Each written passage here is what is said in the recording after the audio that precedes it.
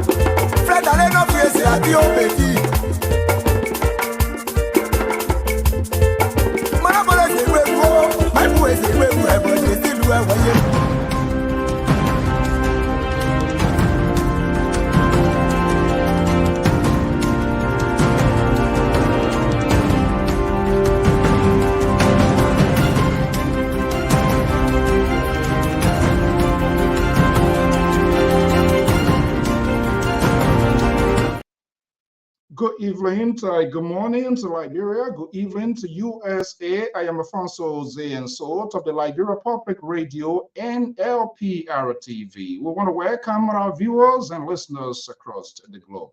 What an evening here. It's unusual one here with this sort of unexpected one that unleashed and the Capitol Hill in Grangeda County.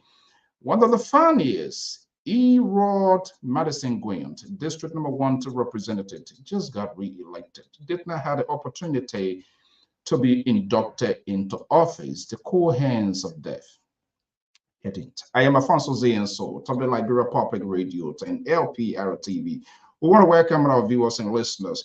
Anthony Gate, if you're around, just send us a link. I remember I had an interview. You work on the campaign here. Just text me your email if you want to join the analysts here this evening. So we're going to do that. So we want to welcome our viewers and listeners across the globe. I am Afonso Zeyenso of the Liberia Public Radio and LPR-TV. Today's editions of LPR-TV Live with the panelists. It's a special dedication to one of the funniest, a young man who was so inspirational and menacing as the gateway to modern civilization, to democracy, and free world. The late Erol Madison Gwion. Late evening yesterday, the news surfaced and went explosive on the social media. For us here at the Liberia Public Radio, our prayers and thought goes out to the bereaved family, the Capitol building, the first branch of government, the people of District Number 1, the people of Grangeda County, and the people of the Republic of Liberia.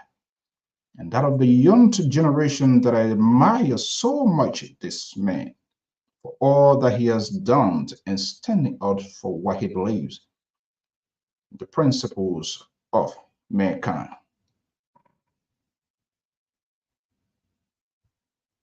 This is the building he formerly worked.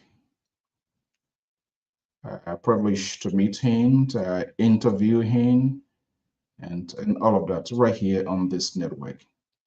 I'll be glad if Mr. Gate, if you want to also join us here. Very shortly, the analyst is going to be here, and we're going to be having this sort of conversation here. What happens and what next? How can we move forward as a people, as a nation, and as a county?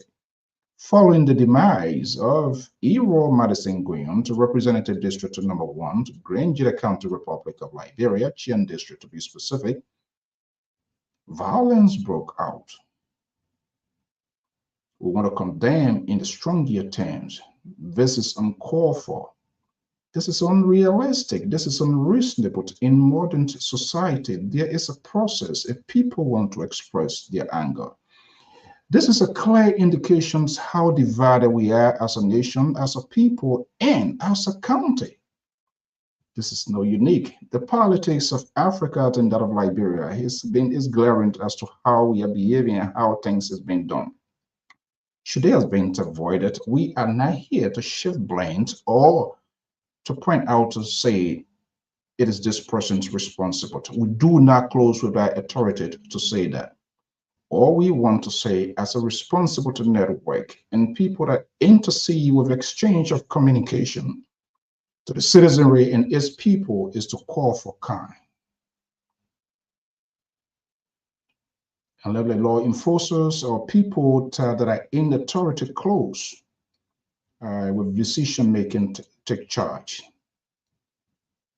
We try placing call to the county superintendent and the police commander as to how this thing escalated and what went wrong, hopefully. And we are hearing that another life suicide was committed. Why should this be this way? Is this politics? Is it because of politics? Or is it because of the lack of political tolerance that we have been seeing from time to time consistently and repeatedly being exhibited, either by the politicians themselves or their supporter? So where is the disconnect in this place? I got to know the young man in Ghana. He contested, I believe, was a grand jury Bunubura or university or some organizations. Very smart, inspirational figure. His journey began at that point, and that's crossed over to his country with the sole purpose to impact the young generations and to give voice. He's a mentor. Yeah, he's a teacher. He taught people. So there is a unique side of this guy with a profession. Just want to buy elections and went for re-elections to perhaps serve his full term, which of course massive, a big win. Unfortunately, the cold hands of death snatching, he never had the opportunity to be conducted of serve his full term as representative of District Number 1, Gwion County, Republic of Liberia. Very media friendly, eloquent, that he can articulate his own view, his own objection, very stewards and firm in his decision making. During his political maritimes, I had an opportunity to reach out to the late Madison Gwion. I never thought of calling this sort of to add this sort of name on it later. This is not what I predicted or foresee coming so quick, so fast. I thought I would have had the opportunity again to have a conversation, because for every time you have a conversation with the late Madison Gwion, something new surfaces, something different is unearthed in terms of the sort of conversation that is being kept. Unfortunately, that seems not to be the case. What a night, what an evening here. We reached out to him during his early days of his political quest. Even when he was outcast of one of the founding political parties of which he was member of, CDC, he stand firm and he said, I'm going to go as an independent. His support base was broadened from inside Liberia and in the diaspora to USA, Europe, and other parts of the world. Young generations surface for his courage and his determination to forge ahead with the sole purpose to serve his constituent, the first branch of government, and the Republic of Liberia. With the limited resources, he never held back. He was always making himself available to tell his narrative, to explain himself why he wanted to be. Try to reach out to the COS this evening, today, Justin around the clock, who is the COS of the late Madison Gwion. He formerly volunteered for the Liberia Public Radio as well. What a tough evening here. Wow. Oh, what a society.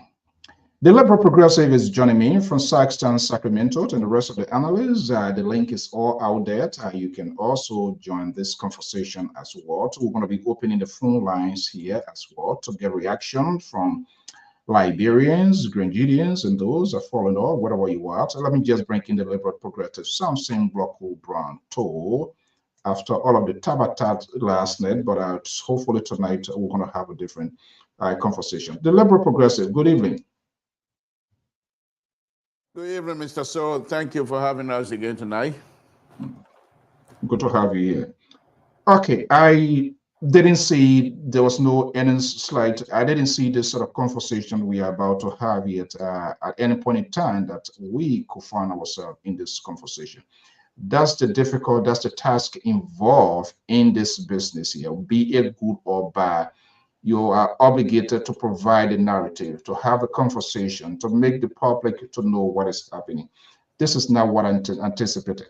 Welcome to the show. Look, let me get a reaction first on the demise of the late Erol Madison Gwion, represented District Number 1 to Grange County, Republic of Liberia, one of the funniest of the district, young in the sense that as compared to those that are in the place, I see him as was a voice, one of the strongest voices, believing in what he was doing. Yeah, Mr. So, thank you very much. We also express our sympathy to the family and the bereaved family, that is, and the entire Judea community, because this is one of the side movement for all of us, because to have a young man be snatched from us by the cold hand of death is very unsettling and also very much depressing, to be honest with you.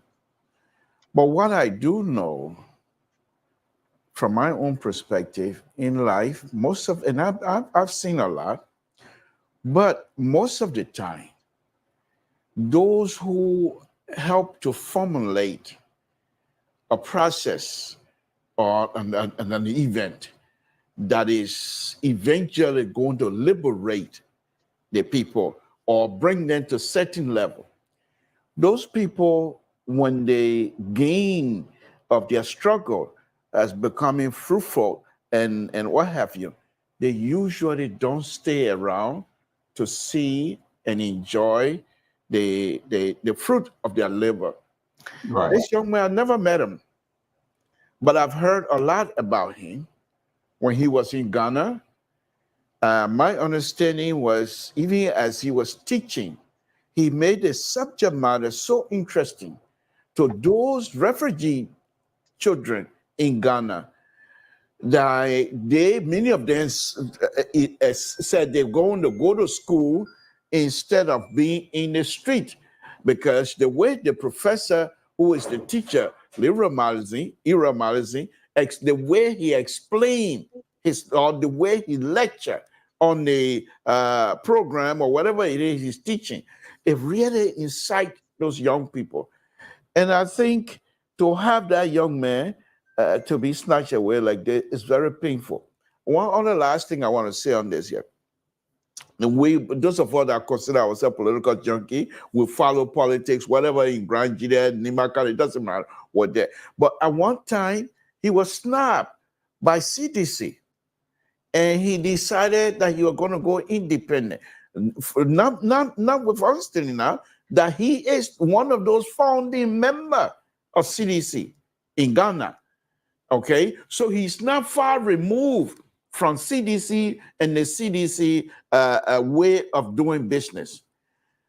Having had the opportunity to win, going for the time now that he's going to be serving his own term, because he served the remaining term of Zopeno, Honorable Zopeno. So after winning, before going in, we thought that he was going to remain independent, but he decided he was going to go on and be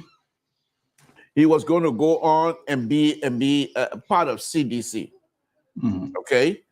And so that's Mr. So. Go ahead. Go ahead. Yeah. Let me, No, go ahead. I'm trying to do something. Go ahead. I'm just trying to do some work. Go. Yeah. Carry on. yeah. I have something going on with my camera. Okay. I want to just excuse myself a minute, please. You show the camera or something? Hey, I know And you.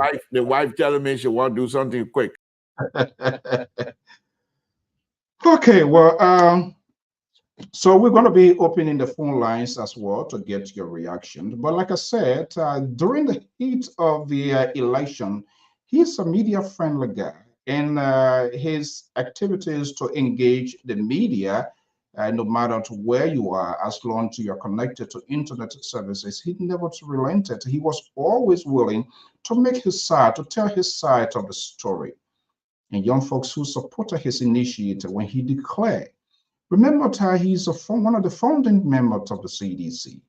And it was a painful story that he had here to explain here. When then Nathaniel Fowler Mangi, then the former Minister of State, now Senator-elect from Mangibi County, according to Erol, the late Madison Gwion, they asked him not to contest. And he said, okay, so be it, but I'm going to go as an independent. He didn't back down. We had a conversation right here on the Diaspora Informative News Network. And we get these records in our archive, in our file, courtesy of Liberia Public Radio. It all started with his communication spokesperson, and who is now serving as the COS Chief of Office Staff, a veteran, young, smart, respectful gentleman. My last trip to Liberia, he came over, we sat, we had a lunch, we did everything together. Never had a slightest thought that I would sit here today to have this sort of conversation. Yeah. So the group appear right here on the Liberia Public Radio with the sole purpose to promulgate the vision, the beliefs, his political ideology, who he is and what he represents, and what he hopes. And his own ordeal to get to this point. His team was here. So, Liberal, if you're ready, just signal me and I will get you on here as well. Liberal, are you ready? Okay, so let me just bring you on here. Okay, so yeah, carry on, and then I'm going to bring this interview. I'm going to bring you to. Remember, we had a conversation here, and we know we try to keep these things in archive here, right? Yeah. So, yeah. As I was saying, some of us. And let me just poke a little fun. Some of us come on these platforms and we claim to be. So why am I getting okay? We claim to be big shot with big mouth and thing. While I was on air with you, the wife came, called it off something on. I have to shut down. I got no choice, Mr. So. You far away from me. If I say no right now, she throw my thing outside. What time you come from? Way from Rhode Island to pick me up. So, but anyhow, let's go back to the program. Thank you for that. On a very serious note, this is a sad thing because there were so many young people, the like of Thomas Collins, former president of Grand Association. They all rallied around this young man, despite being shunned away by CDC. He didn't waver. He didn't say, oh, sedition, they saw how suffering I did and all these kinds of stuff. Now you don't want me anymore. He didn't complain. He campaigned. He campaigned all by himself with the help of few friends and the Liberian and the Ghanaian diaspora that was supporting him. And he was successful. Now, after that, some of us that followed that, I was under the impression he's not coming by to join CDC because of what CDC had done to him. So he's not going to, but he's never like that. He's always peaceful, always peaceful. And he joined CDC and ran on CDC ticket. Of course, he won. One other incident, the internal minister, the internal affairs minister went to Grand County at one time, and it was on tape. While they were having the discussion with the superintendent of Grand County, tried to disrupt or whatever it was, but Madison was not having it. But he stayed within a confine of respect, and the fact he recognized, he said, Superintendent, right now I'm upset, but you are our leader. I will not go anything beyond that. You are the superintendent of Gwion. It doesn't matter if I'm upset.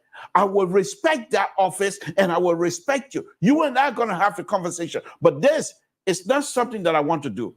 And he was very kind. I watched that video and I was thinking to myself, wow, what a brilliant young man.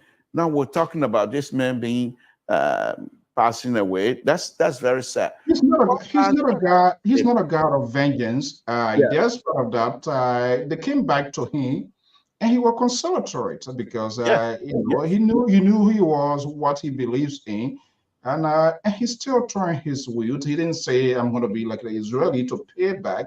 He was very consolatory, and that's how politicians behave. Not these overnight grown politicians like some of you guys. They do little thing and then you carry on and carry on. It was just within a sprint time. But let's take a look here at when his team in the diaspora and his campaign communication chief, who is known as the COS, Justin Surrender Clark, who also volunteer services here on the Liberia Public Radio. They did appear here on that. Let's take a look here in the conversations. I believe Liberal was also there. So let's have this conversation. Let's bring them in here.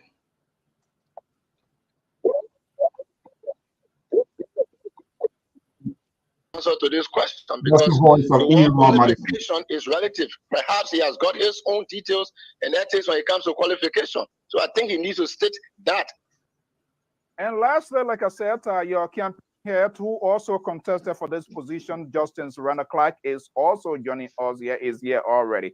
But the last time you appear on this network, you left it hanging that you are going through the processes or the process involved. Now the cat is out of the bag. What is the alternative? Well, to be frank, I remain a sedition. And the fact that my ambition is still alive. How can you remain a sedition and when you already most likely out of the oh, I think the Liberal really going to have a talking point here this evening because he forecasted this year long time, and I seen overlooking Professor Zablo here. That's going to be another hell on this evening here. Okay, I'm having problem. Let me go to Mr. Clark. Mr. Clark, are you there? Mr. Clark, are you there? Yeah, I'm here. I can hear you. It's better. I can hear you now. Okay. I got Madison on hold here. You are the campaign chair. This is what we are hearing from the expiring himself. What is going on now within the world of the campaign? From what I'm hearing, Jeremiah Sokan seems to be the favorites of the establishment. He's calling back here, so just bear with me. Let me see whether I can get him on. It's kind of difficult when you go into video, audio, and that of Okay, Mr. Gwion, are you there? Yes, sir. Okay, so I'm gonna put these guys on hold. Okay, so you say are you still a sedition? You say? Yes, I'm still a sedition. Are you going to contest as a sedition, Kennedy? The issue of contesting whether as a sedition or not does not resonate in this manner. What we do know is that the manner and form in which the party has come to declare it is not sufficient enough to tell us that instead of the chairman or the hierarchy of the party stating their position, it should rather be a minister of government. And so what we chose to do is do a sedition, but whenever election bells have been rung, we're going to pick it up independently. And we still see that there could be a room wherein wherever mistake coming from can be straightened up. This is why we are saying we still a sedition for now.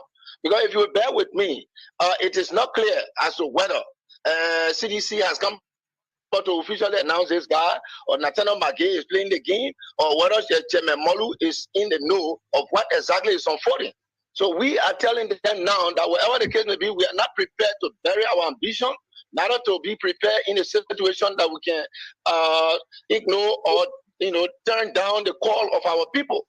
So the best we can do for this time is not to automatically decide a position, but whatever we can do in our own reach is to go independent in the meantime. And I don't mean to. We've seen it before. Yeah, I don't mean to pour words in your mouth here or shove something down your throat. But I'm quite understand that time is also running out. Time is of essence in the game of politics. So you have to meet up with the requirements with the National Elections Commission, where your political identity or ambition has to be established. So in this event, you are caught between the role. You're still a sedition. We are hearing from you. Higher up within the rank and file of CDC now is Reverend Jeremiah Sokan. So if NEC were to call you in today to submit your founder credentials, what sort of label or stigma will you put on that? Well, I don't see it to be a kind of a negative label. If NEC is ready, I'm also ready to go independent, like I said. It's possible that CDC will be able to understand her own position being in the wrong to decide not to put forth a candidate. And perhaps after the election, they're going to come after the victor of the election, who's going to be Honorable Erol Madison Gwion Sr., seeing whether it's possible to come back home or will remain apart. So, the final result now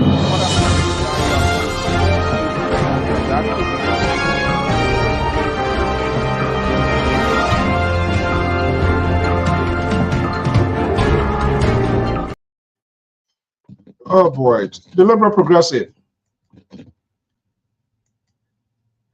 Are you hearing me? That's just to show you. That was E. Madison, the late E. Madison Gwion we had Right. here. That's part of that sort of political humiliation. He didn't give up. He was still stable. He was not unstable. He was not unbalanced. Right?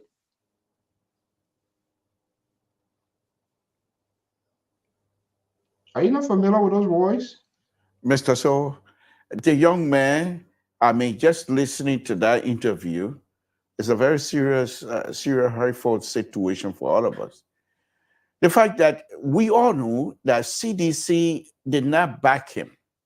And we also knew that CDC controls Grand Gwion County.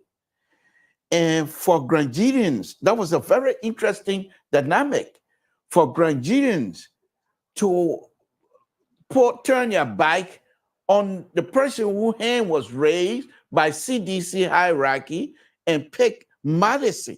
That showed that Madison did his homework. Not only did he do his homework, but that he also understood the Grand Gwion sedition, that when it comes to the issue of picking their own, someone who was banging the trenches with them, it is very easy for them. So I think he understood that. And if you listen to that, he said, Madison Sr. will be, and if CDC feel that I have what they take for them, they can come back and they will bring me back home. Pretty much, I'm just paraphrasing. But if you listen to that, that was very interesting prediction on his part. And I thought that was also a wonderful thing to do. Right, actually, and they did that though, and they went back home. That's the late Erol Madison Gwion. He projected himself. Let me just take this guy here.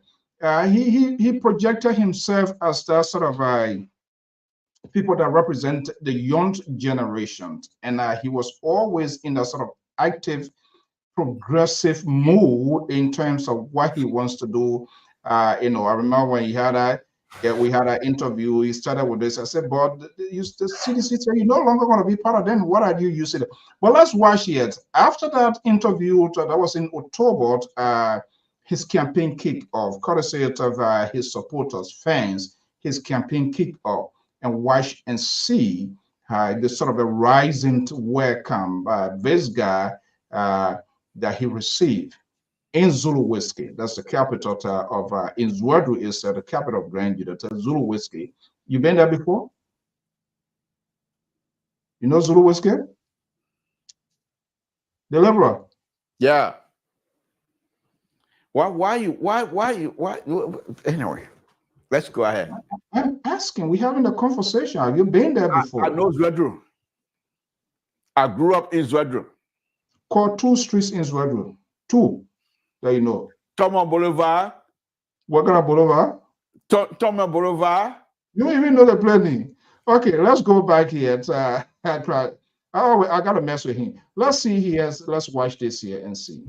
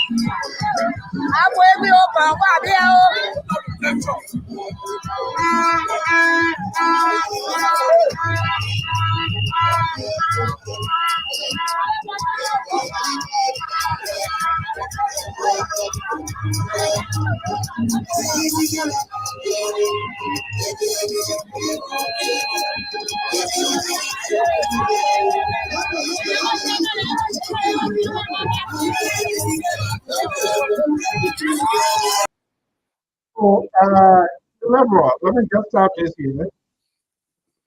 That was the late Erol official launch here. I mean, he captured the imaginations and brought the city to a standstill, which was clear evident that he was presumptive winner in that. Here we are today. He did not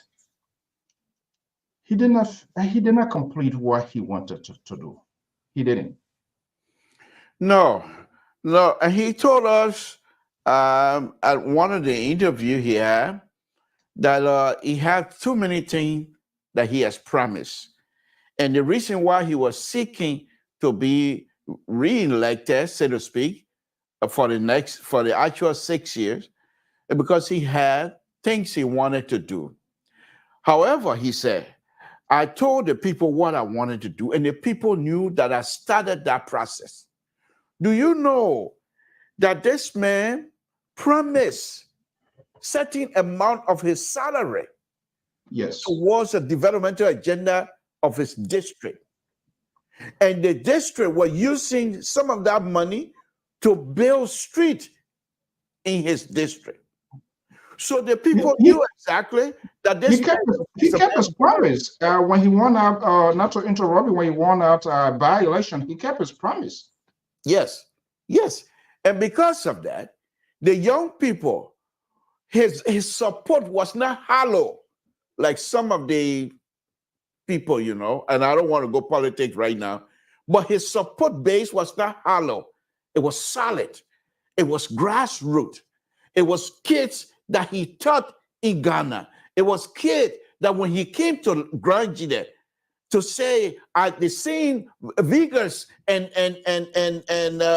involvement that I have in Ghana on your behalf, it's the same thing that I want to bring here in Gwion. And so when the opportunity came, he went to it and took over, and the people accepted him. And the second, he won. So this young man, the late Madison, was not somebody to say that Johnny come lately. He knew his strength, he knew his support base, and he engaged those people effectively, Mr. Searle. And I think his big win, remember, when he won that by-election, he was literally going against the establishment, because Jeremiah Gao-Sokan then was the guy CDC put forward, but he had a very decisive win. So what that does, he solidified his political grip on Gwion. So CDC realized that and said, hey, you know what? Like he said, like he alluded in the interview, he said, well, let's see how I play out. When no matter what, I will still remain sedient. He didn't walk away. He didn't walk out. He didn't denounce his membership. I'm not sure whether I can do it or you can do it. You do? You want to do that? It means something to CDC treat me like that. I kick CDC on the curve. Before the day was over, I would not let the people, these sedition, they do that. So you see, that's the difference, because you do not have the political tolerance it takes. Whatever. Well, yes. I'm just telling you he said he was not going to denounce his membership. And when here's the interesting thing, Mr. So, about CDC that I know, once a sedition will always be sedition.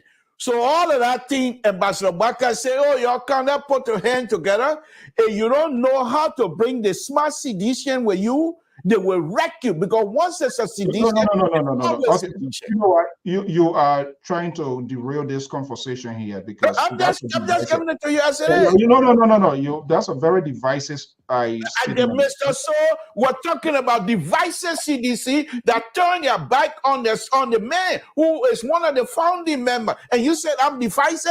I'm just saying I'm divisive. Yeah, he was indivisive, but you also admitted that. But I'm telling you the distinction with you CDC on the curve, and I will be bad. I will not even be bothered with CDC, because CDC, they know very well. This man came back from Ghana, and the people knew his credential. He was involved in the 2017 election. He was involved in running. They knew who this man is. And then when the time came, they decided to flip him. And he decided, because he's a very smart person, was a very smart person, he knew very well his support base. So he decided, I will teach CDC in this Grand Gila County. This is not Monrovia. So why are you going out of breath for now? Because you getting me all work out of this thing. Yeah. That's a different. You guys are so intolerant. Every little thing get under your skin, and they go like a Coca-Cola when you know you can't even go anywhere. That's the uniqueness that makes him. That's how his own politics is far from removed from some of you guys. One little thing here, he said, hey, he trusted himself, he confided himself, he believes in his political strength. No matter how I'm treated, I am not going to denounce my identity. Eventually, they will come when they need me. That's exactly what happens. Yes, Mr. So, and sadly for CDC, this is about the second time, as far as I'm concerned, from my perspective, that they have lost two of the most, as far as I'm concerned, important member of CDC. But in as much he did that, he was very calculative in his talking point, though. He did not just generalize. He was very specific who people he felt that were playing this song. Yeah, but those are the CDC that were running CDC. They like Monuba Molu, they like McGill. They were the people that were running CDC. They were picking and choosing. And one of the things, you see, this is what the late Leroy Madison taught CDC. You can't stay in Monrovia and think that people in Grand Gila don't know what they want because you CDC and you decide you want to pretty much impose the candidate on the people of District 1. And they rejected that. So what he did, he defied conventional wisdom. But then yesterday, when the news broke of the demise of Erol Madison Gwion, the history, the Zulu whiskey that we knew, was lawlessness in the city. Which is required by all means today, courtesy by as a young gentleman that were in the street. Let's play this here and just grab some of the images that came from Zulu whiskey today. To view a description advice. The building, have been, destroyed by angry crowd this morning, where the fresh building, Kula Bypass community was burned down, was set ablaze, it was burned to ashes. And this is the newly constructed building, by Senator Zoe Emmanuel Penun. This is it. You can see the entire compound, see the fence all around the building, and it have been said, let me say, it have been destroyed. That you can see the glasses, his name was called, but a witchcraft who to information who bewitch the representative that is now dead and gone. So you can see we will be taking a tour a bit. Like I told you, this building is under construction. This one is still under construction. All of the buildings in here, they are all still under construction. Another bigger one is behind here that you can also see for yourself. It's still under construction. The painting process was ongoing, with the information all around the place, and angry crowd have to move to the place this morning and damage the entire glasses and the windows, the doors, and out of the area here this morning, folks. So keep posted. LB Honor Communication is here live. The name is D. Abraham Cooper Senior. I'm here making sure that we bring you all of the information right here this morning. Let's move around. We are moving, around. Okay. This is what. Let me just stop this here.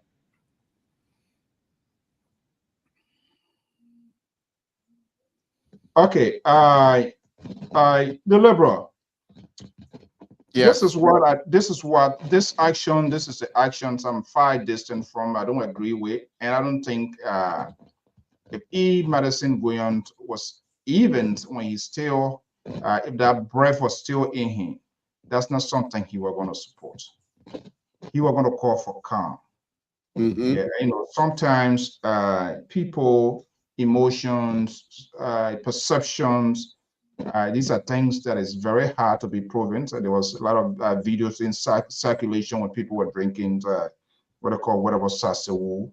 But I wanted something else different who have been done to arrest the situation.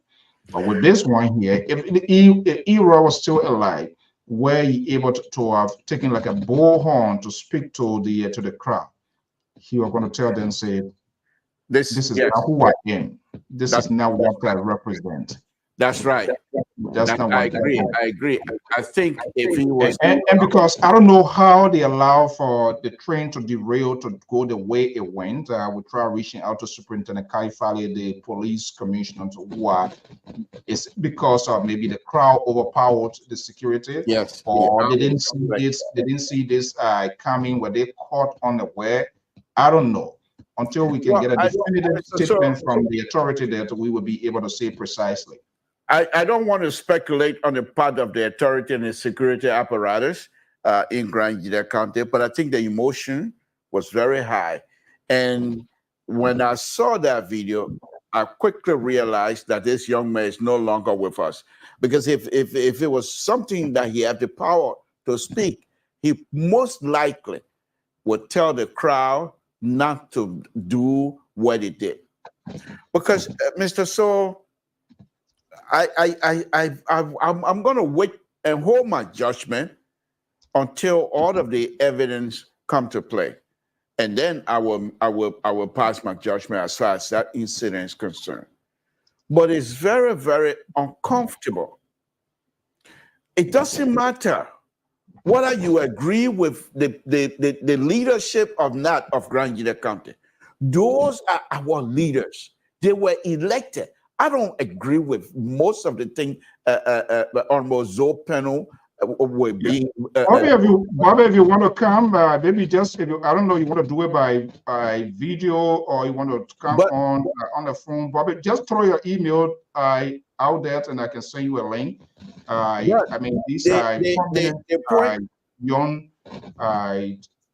career ingredients, and these are something that they have a great share. So Bobby, just throw your email link there if you want to do it by video or you want to do it by phone. It's up to you. Just let me know. Go ahead, deliver. No, as I was saying, Mr. Soul, even if I don't agree with Honorable Panel, this day and age where technology has taken over, we're going to go back into the 50s and try to dispense justice through emotional involvement as Gwion. This is something that is also unsettling as far as I'm concerned. Now, I don't know the entire conversation that happened, but to damage someone else's property because of, in a court of law, they will most likely consider it to be hearsay. Without you send that to you right now with the senator himself, and you're going to do this much damage. So does it mean if the senator was on ground, that crowd will be allowed to harm the senator, our senator? This is something that I think many Gwion need to take into consideration and think about it. While we mourn the death of Madison, this particular incident has no place. and must not have any place in the psyche of Grandians, in the political disposition of Grandia County. We all should respect each other. We have to disagree, and we must disagree, but we must do so with responsibility. We must do so with respect to one another. We have to respect each other right to express himself freely. So yeah, okay. Just I'm trying to send a link to Bobby. Just carry on. Leader, if you have issue, Zopeno is our leader. He can be approached. He is not far removed from all of us. So for people not to be able to have a conversation with almost Zopeno and go and damage property, why the people, family member living in your property was so scared, that is unacceptable as well, Mr. So. Okay, Bobby, check. I'm sending this link to you, Bobby. Just check your link, and then you can join us here. Hopefully you get a link, but I just sent you the video link. Yeah, absolutely. You know, this thing has been breeding for a while, and this is a sort of circumstantial thing that is not something that you can really prove. But there's a video in circulation. People were even what should I call extrajudiciary, whatever. Let me see. Oh, people start calling out. Okay, you can call. Let me make sure the volume is on. People already started that. So I'm not sure whether enough was done that would have the situation arrested. I remember I reached out to even the senator, both of them, in fact, all of them, when he, what his name, Honorable Gwion was in his place. You know, the divide, that's not a justification here, but these are all symptoms of people building some sort of perception of how far they think or they do think here. Okay, Bobby is here with us. As soon as I'm watching, once the position I'm going to be bringing in. Okay, all right, let's bring in Bobby, Hillary, Bobby. Are you listening to something, Bobby? No, I'm listening to you. Oh, okay. Okay, good to have you here. Good evening. How you doing? Let me say upfront, deep condolences as a Grandian, young progressive, career person. This is something that we don't purpose to discuss, but here we are. That this is something we signed for, like you guys in the medical fee as well. I don't care how ugly it is. It comes to you guys, and you also will have to handle it with professionalism. So good to have you here. Let's hear. Let me hear from you, Bobby. What was your instinct? This sort of news surface and seeing what is ongoing for today. What are you hearing right now on your end? Well, thank you, Mr. So and Mr. To, and thank you for giving me the opportunity to come to be able to speak to our people and speak to the issues that is at hand. It is unfortunate. Grand Gwion County lost a towering figure in Mr. Erol Madison, who happens to be my cousin. And it is a sad thing. It is a sad event and unfolding in our county. You know, we are bereaved, we are mourning, but in the same vein, we have to exercise restraint. Grandians, people, we do not want to be seen as people like ruffian. We don't want to be seen as people that are living in the caveman age. We need to resolve our differences with calmness. We need to show civility when tensions arises. People need to not believe in the caveman era. Listen, I know that tensions are high. We love a very iconic figure. But in the same token, we need to approach this thing with civilized and civilization. Fighting, vandalism, destructions of life and property, they are antithetical to civility. And we can sit here, irrespective of our laws, for us to allow this kind of behavior. Is it possible? Bobby, is it possible to make your device in a horizontal form to see whether if it's able to capture you? But if it can, that's fine. Is it possible to flip it on the other side and make it horizontal? You are in the show, blah blah blah. I don't think I can do that. Okay, go ahead. I don't see that possibility. So we cannot allow our emotions to blur our rational thoughts. What happened to our dear lawman is unfortunate and sad. But for people to take the law, the jungle justice, in their hand to go and vandalize another man's property without tangible or tangible evidence, it is just insane. It is just insane. Our people need to calm down. Our people need to calm down. We lost a great and true sons. I got people calling, when we were in Liberia, going to school, yeah, our culture, our tradition, we respect our elders, we respect the paramount chief. These people that make decisions. But since I moved over here, people are trying to question, why am I injecting scientific evidence? I tell you what, my brother, that today I don't believe in what they call Sasewu. The reason I said that, even the Tylenol that we are taking, Tylenol, before Tylenol gets on the streets or get in the public arena, it takes 10 years from the time that medication was even brought to the surface to say they want to use it for pain. They will carry on all kinds of trial.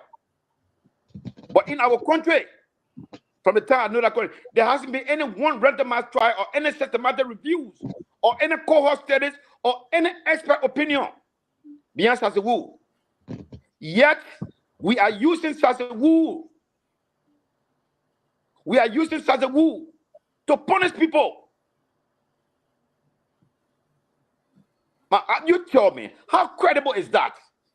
When I wrote that, people say, "Oh my man, when you were in Tanzania, you didn't believe in Sasewu?"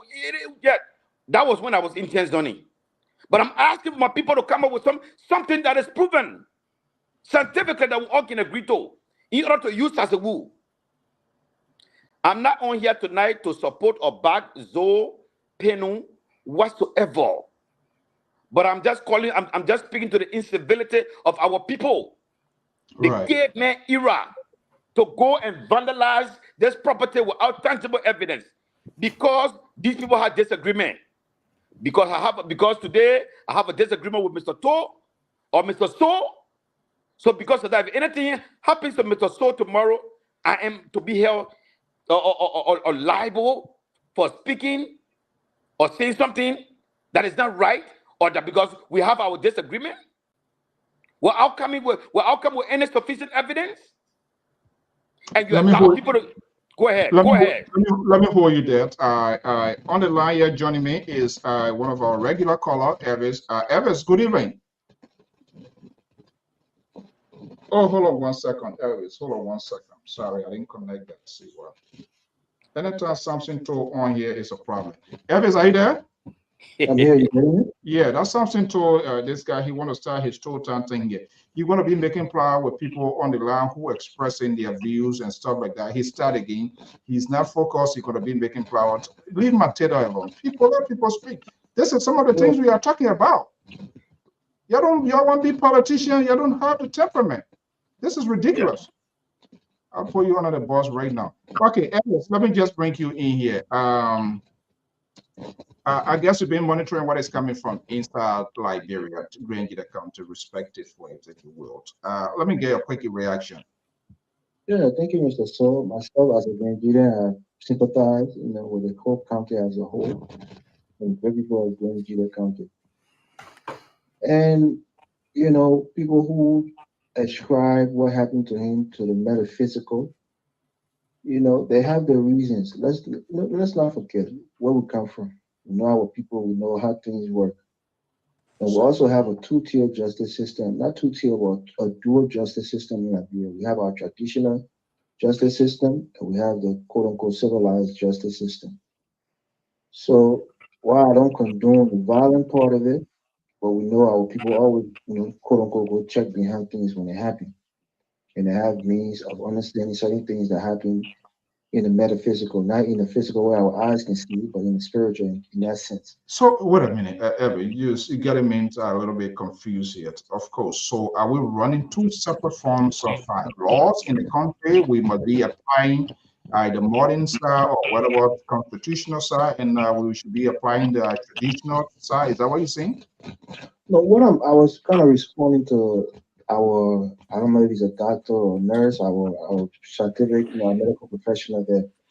Because the point is, you can't demean our people when you say they shouldn't believe in their traditional beliefs. And that's the point that I'm saying. I know we're in America and quote unquote become civilized, but we know that was the ends to a means where people can go behind things that is unexplainable in the physical sense and seek answers through metaphysical means, whether it's consulting with, the Bodios or whoever. But the point is, we, what they do when the violent part of it are destroying the man house that he built and whatever, it's the wrong part of it.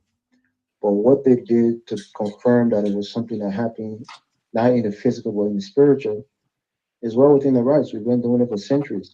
So is that something? So is that something ahead, to be continued? Terry, good evening, welcome. Welcome, Mr. So. Good evening to the panel.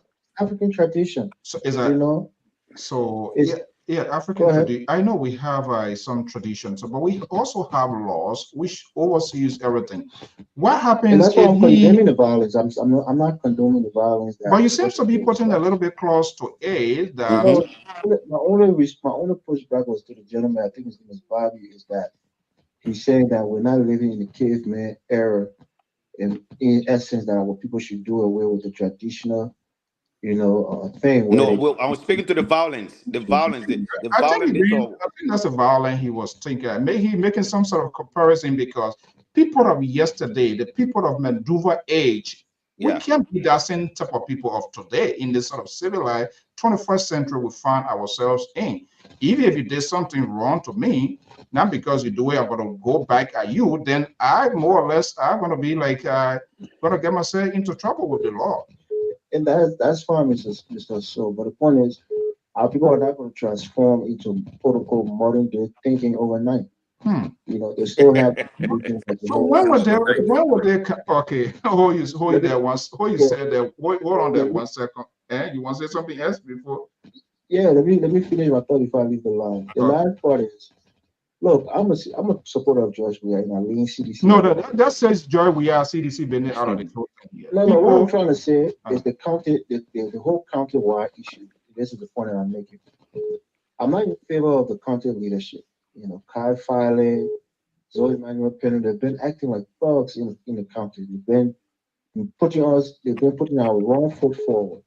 There's been scrimmages of violence. There's been scrimmages of. So, is there any other way that it could have been done differently? If you are not in support of that, is there any other way that it could have been avoided?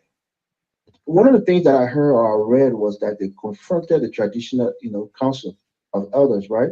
And those are the people who can look into these things, and I'm sure they feel like, again, let's be honest. Let's talk openly here. Okay. I'm sure they feel like what.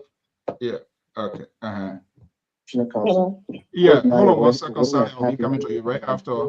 Yeah. So, okay, make your point brief quickly, Elvis. I think the line is from you. We're gonna have the very view. Please, for those of you listening, joining this network for the first time, we accommodate views that you don't necessarily propose to listen to or choose to listen to, but as long as expressing a civil context, we accommodate all views and opinions. Whatever expressed on this network is not a view and of the management of the Liberia Public Radio. Guys are going to be coming to you. Let's get a reaction here. Let me go to this number from Salt Lake City. Sally, good evening. Sally, are you there? Yeah. Hello. Yeah. Okay. Good. Guys. Hold on. Yeah, go ahead. Go ahead. From there, I'll count to 308. Sally, go ahead. What do you make of what happens in Gwion County?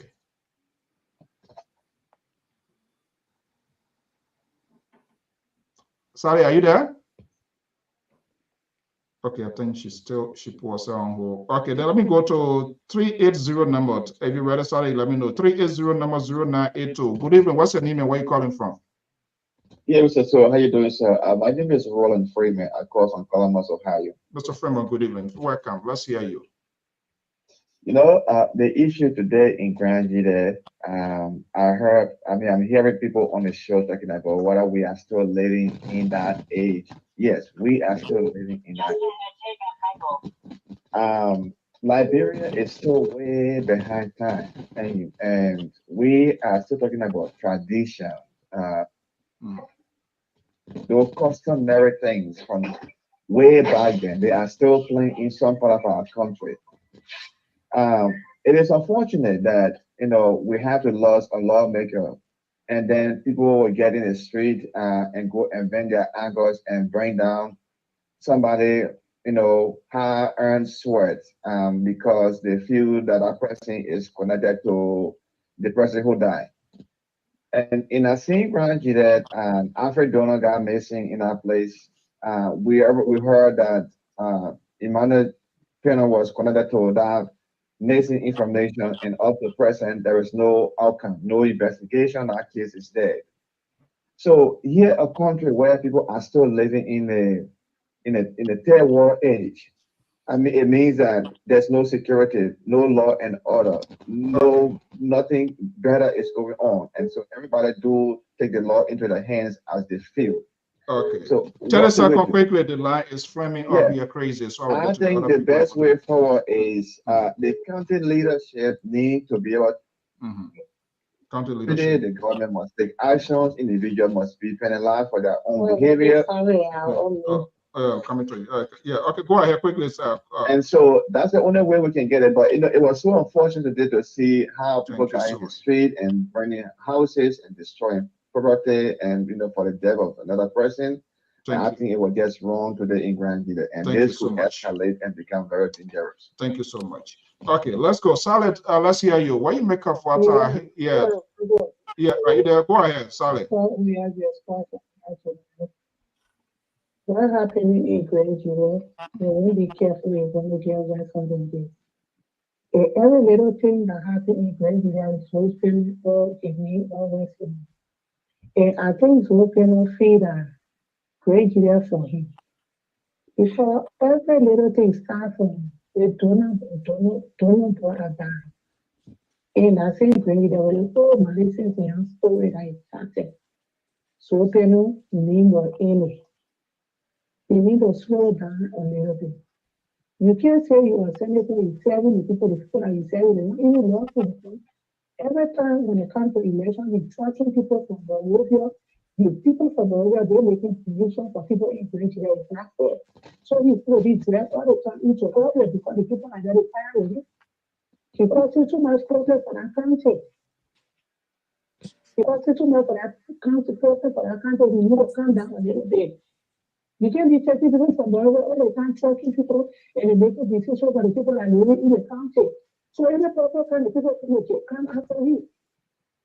Because you keep forcing yourself on the people and allow the people to still forget that they don't want it. Okay. Yeah. Everybody is saying that they want to destroy your life for no reason. Why to destroy your life?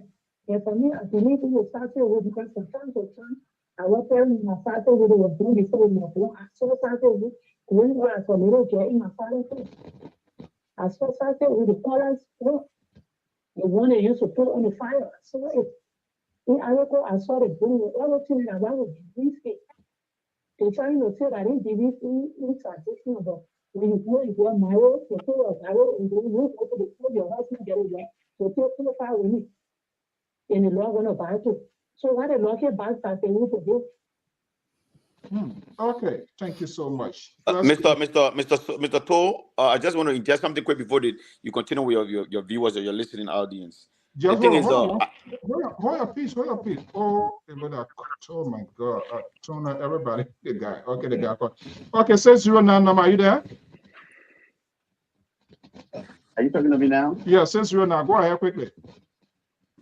Okay. My name is Emmanuel Kule. I'm calling from United States, North Dakota. My sympathy to the family of the bereaved one and the people of Granted. I didn't know the man before, but I saw the man demonstrating true loyalty. What was when the election magistrate got missing a grandchildren, but then the man was just expiring.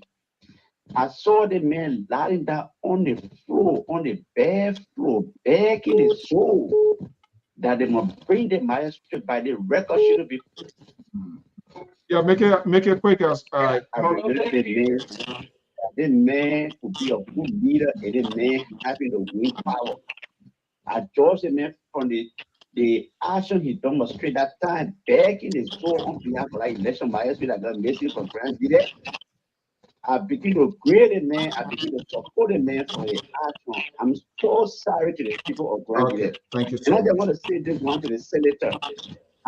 When he picked out, I think 2005, the beginning when he was representative, he made a ring as a good man that he was building grandchildren, he was helping people. In fact, that's how he became popular. That spirit that was moving inside him, that good humanitarian spirit, and that spirit being tested by different other demonic spirit. I'm begging him, I didn't want him to look back at his track record and turn to his people and serve them the way he was serving them. Okay, I pray that thank the you. devil shouldn't be able to Thank you so favor much. him Oh to man, spoil we his gotta own go. reputation. All right. Thank you so much. 831-1443. 30 seconds quickly. Your quick reaction. We want to go back to the line. Yeah, so you see the two past models, they contributed to all the violence in that because the party just went on looking like he was involved. That's why they don't see the indirect, but the way they complaining about who penalty was right. But that's not what I wanted to talk about. I think in a very scary place. If everything that happens, we got to destroy people's property or we got to be violent, it's a scary something that going on here like here. But I don't know how we get to this point. Everybody's so passive, everybody's so violent. Okay, thank you so much. Yeah. Thank you for taking my call. Okay, let me come back here, Terry. Good evening. But we quickly go ahead, bring in Terry. You say one other. One thing I want to say, my sister called from the state of Utah, and as to buttress what the guy who just left the line want to say, and these are some of the things that are open the Bandura bars that are causing trouble. Because if you have the sole belief that an individual is responsible for the demise of another man without tangible or scientific evidence, where we know a lot of things takes place before somebody can die. We understand that the honorable man was in coma for a long period, for a length of time. And what I want to say, people just need to calm down, because when you come up, you got to learn to control your emotions to have a good judgment. I am a typical example. When my mother passed, I was at the tender age of, I think, 10 or 11 when my mom passed in Liberia. She died from a massive stroke. But at the time, because she was loved by her brother in the States, the Honorable Siwa Bone, they came from one man, one part, and everything he did was through her. The other sibling from the other side, for some reason, the people came up with the idea that, oh, her sisters then bewitched her, and that's how she died. But I was little in Tottenham Memorial Hospital. All these things, when I came to the States, that's when I realized that my mom had a stroke. My mom was on the bed.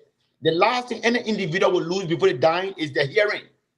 My dad will call her, Makula, you can't do this to me. You cannot leave this children with me. I was with my dad at my mother's bedside. The only thing she did, she will force her leg, pull her leg up, and then she will kind of, move around. The next day, unfortunately, she died. So everything cannot be put on witchcraft. Everything cannot be put on social entity. We have been opportune. We that have come to this United States, we have to take our experiences and be able to pass it on to our people. But an individual who's been in this country for more than 20 years to come and allude to the fact that our honorable man died from some of which, and that his sister was paid to go and kill him, that like there was no other means of going to let's say if somebody really wanted to kill the honorable man, it has to come. Zoe has to be the direct contact with. Why, if the sister has said no, I am not going to take this money to kill my brother and publicize me. I mean, so our people need to take time. Look, we are in trouble time. We are in mornings. People need to take their time and collect their ideas to see how best we can approach the thing. Again, instability is antithetical to everything that is happening. We need to be very, very careful how we train this thing. We cannot be our name can be in the picture for negativity all the time. Grand Jida. We have to come out positive news and come out of our country. We lost a great time, but we need to take time how we train this issue. All right. Terry, are you there? Yeah, I'm here, Mr. So. Okay. It's glaring what we're seeing unfolding is grand here today, but there are a lot of things being happening that we don't know about. Some of them, the happening is being in the family cycle, in the community, or whatever. But it is glaring the anger. I think somebody have a feedback. I don't know, they need a mute or something. Yeah. The anger and violence in the country is just overwhelming. This sort of mob violence type, people take laws into their own hands. This is how I feel it is. And so this is how I'm going to react. It's crazy. It is crazy. So it means anybody can say, this guy here, this is what he did, and so we must take his life today. Let's assume Zoe Pennon, we have some huge political differences, but we've got to be very careful when it comes to this thinking. It's just like you think you are right in your own mind. When you go before the court of competent jurisdiction, no circumstantial evidence is counted. They're not going to look at it. They're going to say, what do you have? Seeing what unfolded today, assuming he was in Grand in a house, what do you think would have happened? Assuming he was in a house, it means most likely we're going to be talking about two lawmakers being dead simultaneously with the other guy that committed suicide. I don't know the details here, so I hope not to dwell on that. But speak to the fire what is happening in our country. Yeah, I think what is happening in the country is the lack of justice being served for people who commit crimes, because there have been a lot of speculations and accusations on this Pennon man for allegations that have not clearly been proven, and there have been nobody brought to justice for anything. All right, so I think that is the build up from whatsoever he had been accused of in the past that is coming back on him. The outburst. Because there have been no proper investigation ongoing. Liberians have when political leaders are in power, they walk with impunity. They have a sense of walking with impunity on most things. So that can raise a serious build up in the hearts of the people that the little thing that sometimes you may not even be involved, but just because it happened and your name was mentioned, because the investigation did not handle it well in other past events, they can use that to attack you. But and I think that is the reason why people doing these things. When we have a system, when the government is able to bring most of these cases to justice, all right, and make sure that people go to jail and people be punished for wrongdoing, that goes even to the people who burning the man's house and all of that. Once these things are happening in the society and people serve real jail time with all pardon and all that, most of these things will ease down. But a lot of things happen in our society and people walk with impunity. Mob justice, people walk with impunity. Things happen, people walk with impunity. All right, and these are the things. But in my opinion, I really don't think that the Zoe Pennon guy was involved with the life. I could be wrong with the life of this particular guy, but again, opposition. When you have an opposition group that is mounting up pressure on another person who they think that and speculating that this man is not good, they will use that opposition mentality to attack you. Like this brother said something very, very smart, and it happened to us too in Liberia. My grandmother in the community were living because we're in the fence, so people around the community, because they did not have that opportunity that we had. So people mute your phone. Someone is talking, will come to you. So people in the community had all kind of things to say about her. To an extent, they said the woman used to come to America. So they said the woman, every time she comes to America, it means she's coming to do plastic surgery. You know, and the woman never did plastic surgery before in her entire life. But that news was in the society for years until one day I came across somebody who was angry with me, and that was how I got to know that this is what was in the society. So people can say things about you that are not very true just because the fact that you are living better than them, or you in a better position than them, or you in a certain position that they don't like. So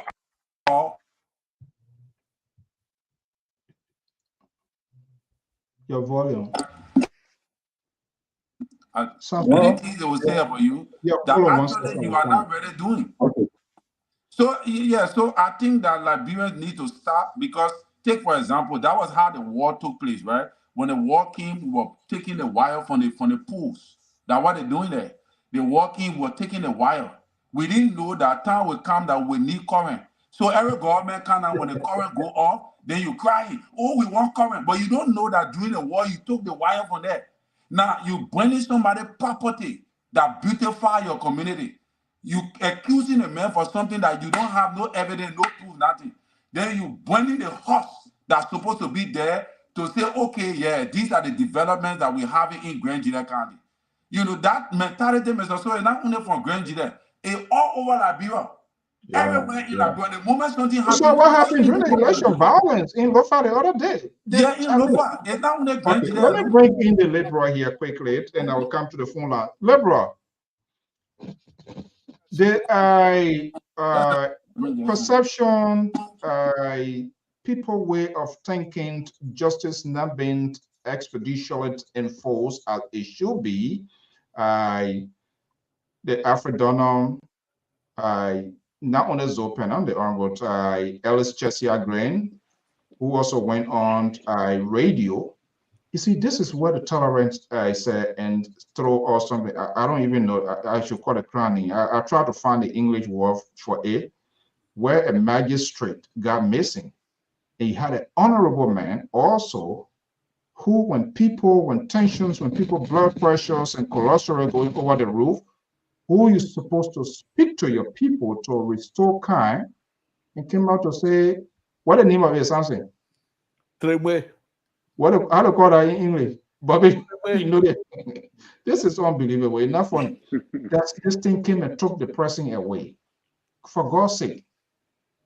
Now, when you do that, other people, family, people being hurt, and people need genuine answers as to how it happens.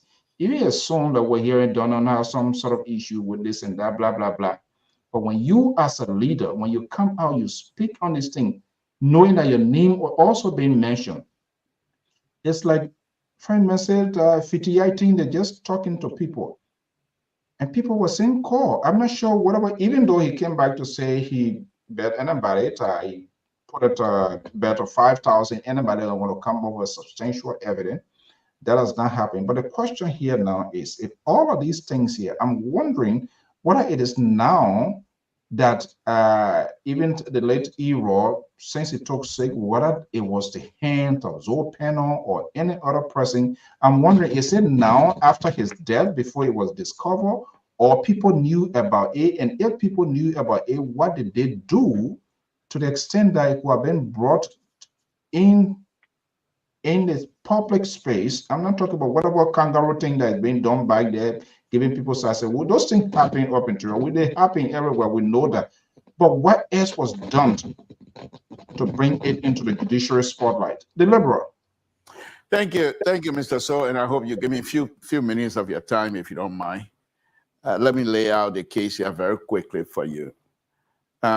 You see, in life, if you elect to be a leader, that means you decided to be a leader. You must be a leader for all. You cannot be a leader and say, I will only be leader for certain group, because that's not how it works. I'll give you an example. The Zopeno, the Cheshire Grand, all of those people, as far as I'm concerned, I'm older than all of them. But I respect them because they are my leader. They were elected by the people. I cannot advocate for anybody and say, but I don't respect your voting right. These people voted for these people to lead us. Now, Mr. So, Bobby is just saying something here that all of us should gravitate towards. And that is, we cannot continue to remain in a confused stage as Africans, as Liberians. You come to this country, you cannot do certain things in this country. And you have gotten used to that. You go to Liberia, then you want to marry 7 women in Liberia. You can't do it here. Where are you? Who are you? What position you're standing in? Number one. But let me go back to this case here, Mr. So. I gave you 3 examples. One was the issue of Yaka Koluba when he got attacked in Grand Gide. These same leaders today that were here, not defending, but making good point to say we have to be careful how we attack each other. These people refuse to make statement.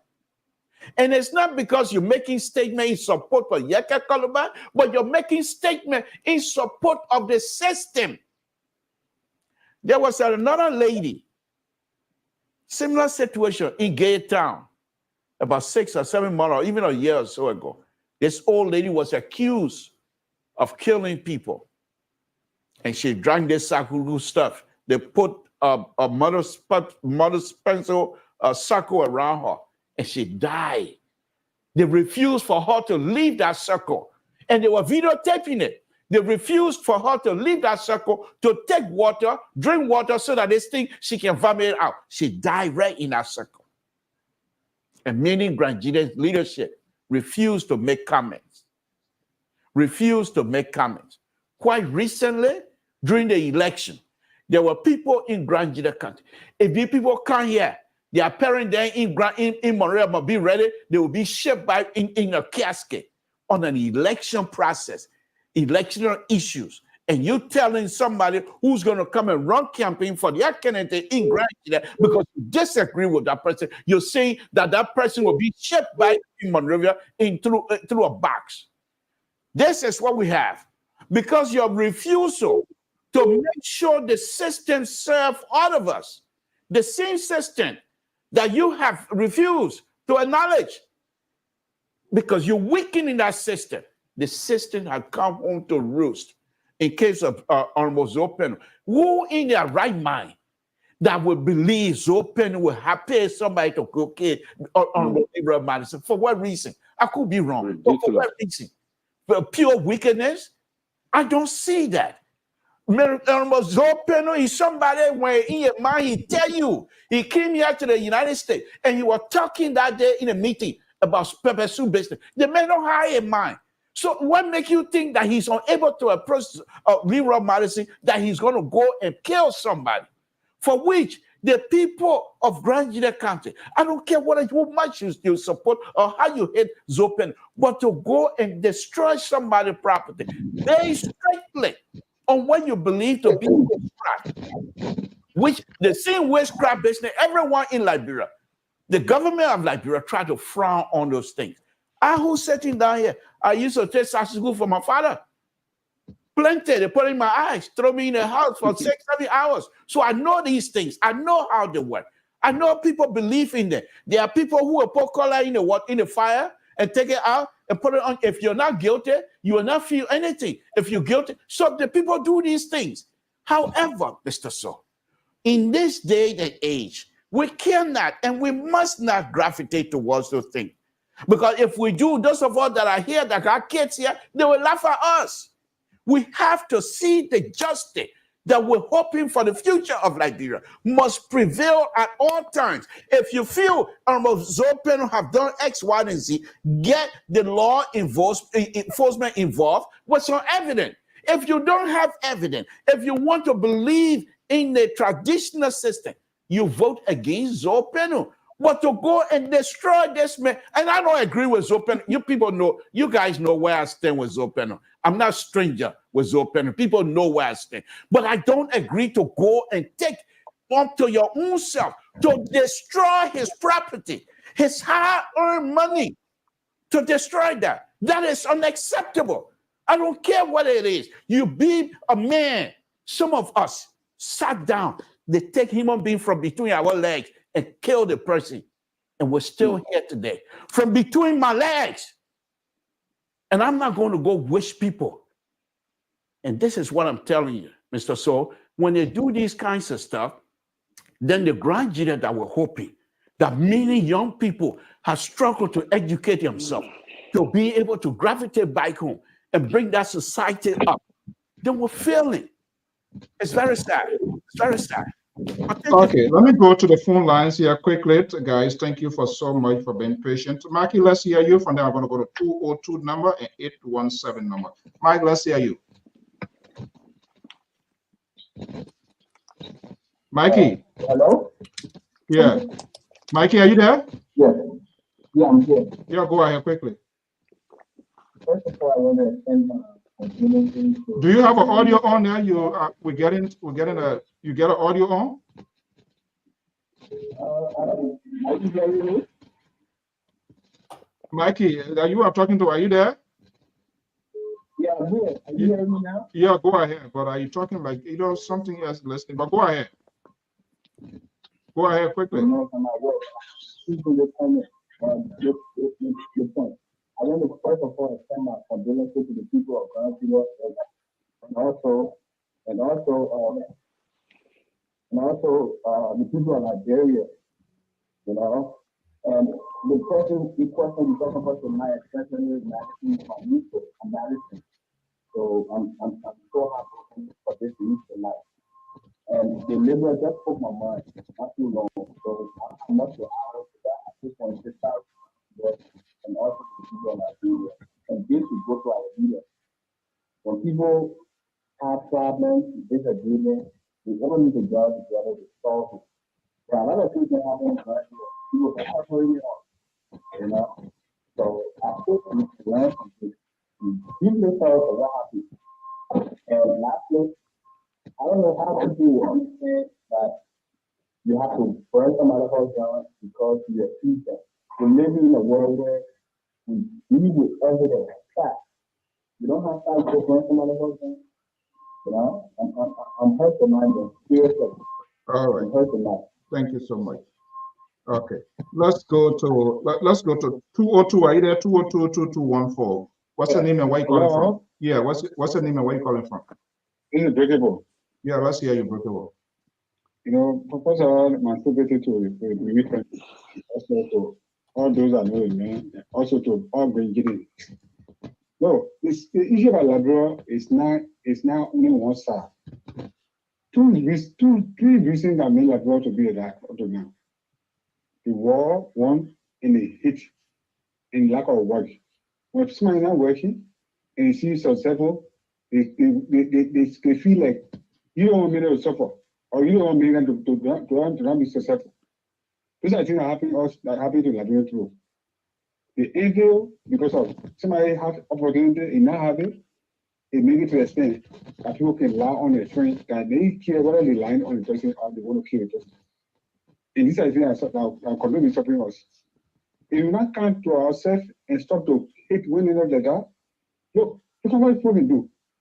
Somebody like, even you see the person not do, or because you hear the person, when you hear you say, the person do this, you stand right there and say, yes, yes, yes. It's bad. And for all, we have to at least to know the truth, no matter how you feel about a person. If you see me happy, let the Lord take a course. No matter how you take. Okay. You cannot hear it. Look. So I say again, look, I say again, you have to close your eye on it because the Lord have to take a course. Thank you so much, man. Thank you. Okay, 817 number 1053. Good evening, caller. What's your name and where you calling from? Good evening, and thanks for taking my call. My Thank name you is for- Rosalind Cooper. I am from Dallas, Texas. Thank you for being so patient. I am not from Grand Judah. Hmm. However, I follow the lawmaker very closely because I have keen interest in the legislature, especially the people in the House. Hmm. And he, to me, was one of the best lawmaker we had. So his passing is a great loss, Right. not only to the people of Grand Junta, but to the Republic of Liberia as a whole. Let me extend my condolences to the family of the Honorable Madison. But a couple of things that came to mind today when I started to follow what's happening in the country.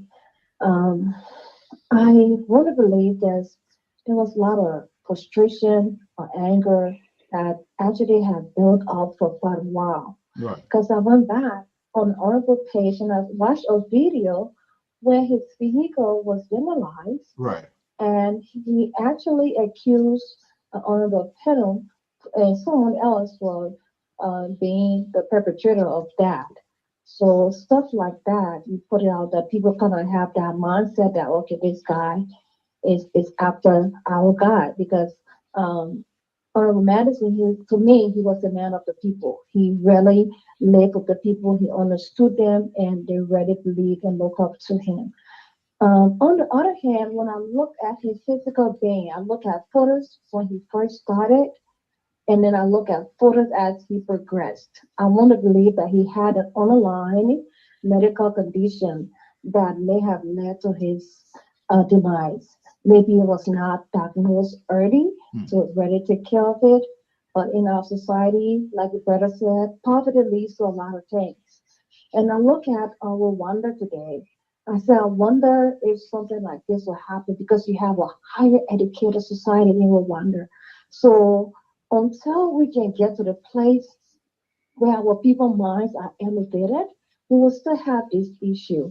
And to the people at Grand Judah, I just want to appeal to you guys to please, as leaders, I know it's frustrating, but there where you guys to come in, you guys, especially in the US or Europe, everywhere in the diaspora, to come together and try to speak to the people in the continent to bring them together at this time. They need a sense of direction.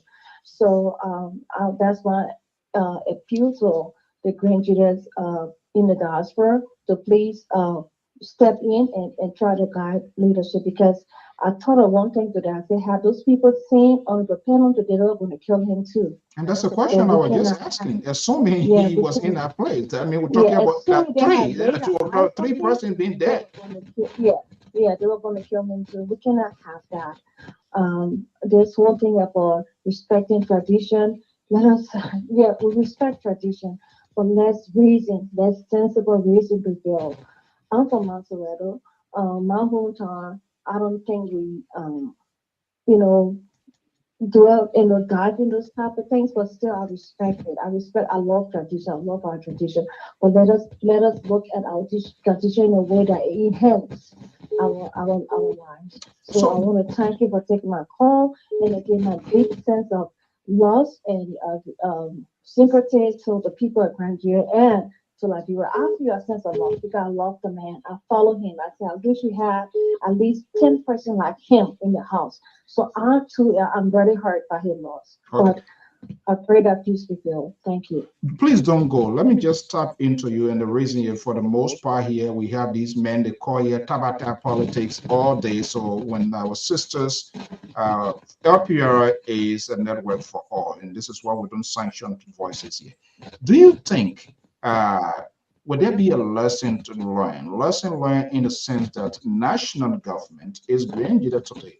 We saw what happened recently during the election, during the heat of the election in Lofa.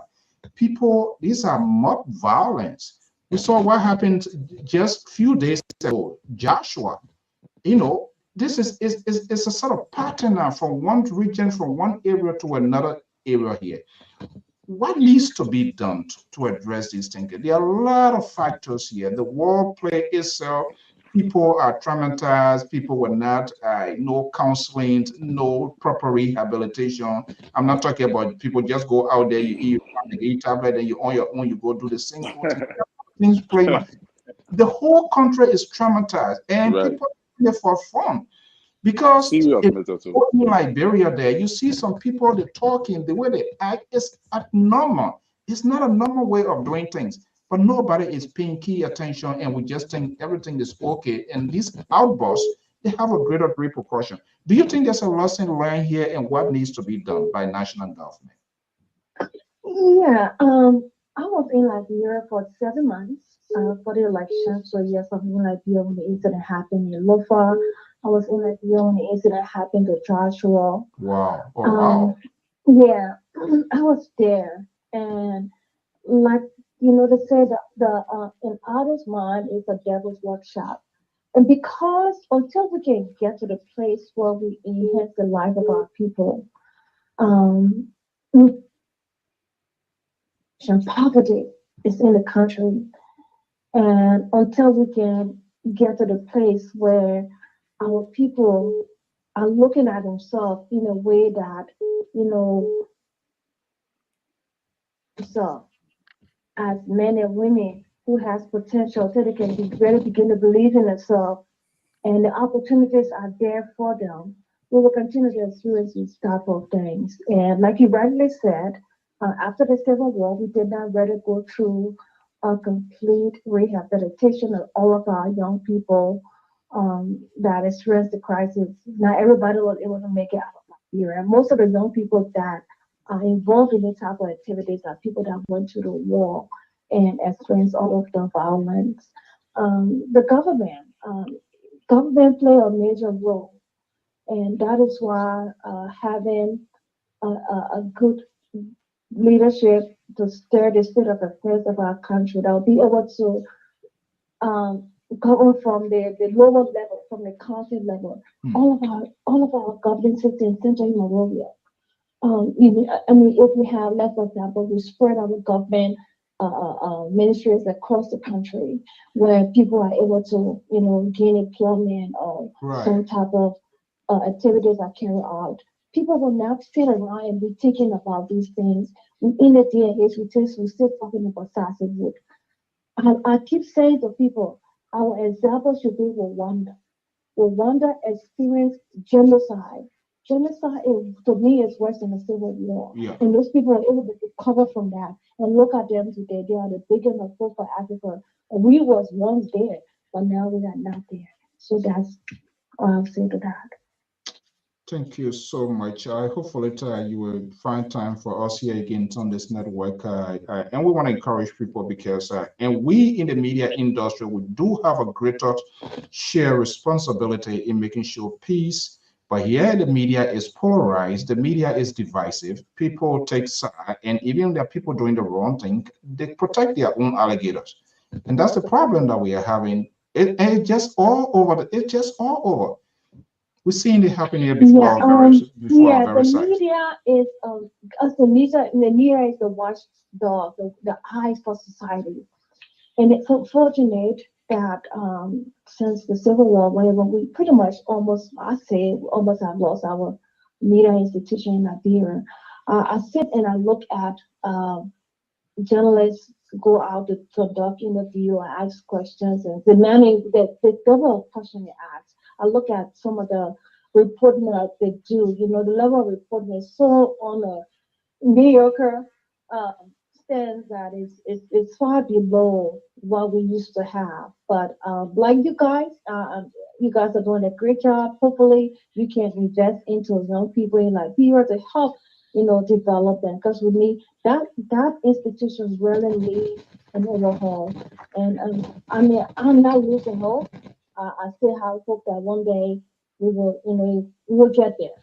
So thank you all for having me tonight. This is my first time calling on your show. Okay, please, it shouldn't be during crisis time you call us. What we also want to tap into your expertise here. I'm not good at managing crisis, so I try as much as possible to avoid crisis. And in fact, like African as a whole, we are not good, but we create crisis and we can't manage them. That's the problem we are having.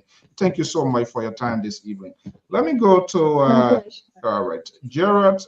Gerald, I will bring you in. Let me go to North Carolina here, 980 number 6339. Are you there, Vic? Yeah, I'm here, Mr. So. Good evening. Yeah, I need to be president in our country there and really put people. God forbid. God forbid. God Then forbid. why you will put Mr. Toe? What He will be the first one will be locked up. This man, they care with ear baby for them when they see that they will know that I'm not here for joke. This man, I will lock him up. No light, no song. I really want to see your outside with presidency. only water in your mouth, you go back inside. No, seriously. Labor will We take you just see over what before he he will take you over. You will overthrow you so money. The old man was not stable where he one side lays so stands so. You will be the 5 man with lock up. Okay, let's hear you, Victor. Yeah, so like the lady, she like said it, or she nailed it head. Right. And even Liberal said the same thing. I really appreciate both of them. Our problem in Liberia is the issue of leadership, and leadership from the local level, if I should put it this way, Mr. So. Because if you look all over the country, there were a lot of different things that happened during the electoral process. And up to now, we don't have a redress to a lot of these things. You look at LOFA, you look at Gwion. I read on the news, I think it was on the LPR, I read that news that the issue with the representative of district number 1 in Gwion. Yeah, lawmaker, already beating people. The lawmaker was forwarded to court. But then I also read on LPR again, the reporter came back and said that the senior lawmaker went and called the police director and asked the police director to dismiss the commander who investigated the case, saying that the commander never did a good investigation. So if we have this kind of situation in our country, that is what will lead the people to do what they did in Gwion. I don't support that. That is uncalled for, that is uncalled in our society. But how can a lawmaker who was investigated for something that happened in the county and the police said you were wrong? We filed the matter to court. And then you get mad and want the police commander to be dismissed from his job. You are undermining the judicial process. You don't want the officer to do his job. And that is the problem we have in the country. Thank you. A lot of time we blame the ordinary citizen for coming amok at people, but also our leaders do not want to be held liable for things that they do in the eyes of the very people who they want to govern. So, I mean, it's unfortunate that the people did what they did in Gwion yesterday. It was bad. I hope that cannot happen. Those who did it, they should be investigated, and if they are found guilty, they should be filed in the court and let the law take its course. But equally so, our local leaders need to work with the citizens to have our country to be a country of law instead of a country of men. That is what I think, and that is my take on this whole issue. Thank you so much for having me on. Thank you. Well, they're not men that gorilla, then they're now because they want to do it. They're men that are country of gorilla and lions. Okay, Gerald, let's hear you. Gerald, this is serious. This is a challenge ahead. And people always like to put a system to test. I tell you, our late city mayor yet, body CNC, you know the city corporation, the police fall under the city corporation in this country. The guy did something crazy and they're saying that the guy eat own baby. They put him behind it, the you know where those dogs can be and things. And he went to court. There is until we can have the system fully executed and not being selected. Like the case of Melvin Cole, police officer, they don't even regard those people. Nobody, people live for you. I mean, the entire country, everybody is like you just on your own. It's insane. It is crazy. Like you in some sort of Sabibo land. If you don't fight for yourself, I'm telling you, if you don't fight for yourself, it's like you're on your own. And if you talk to those young people in the street, all the country is on edge.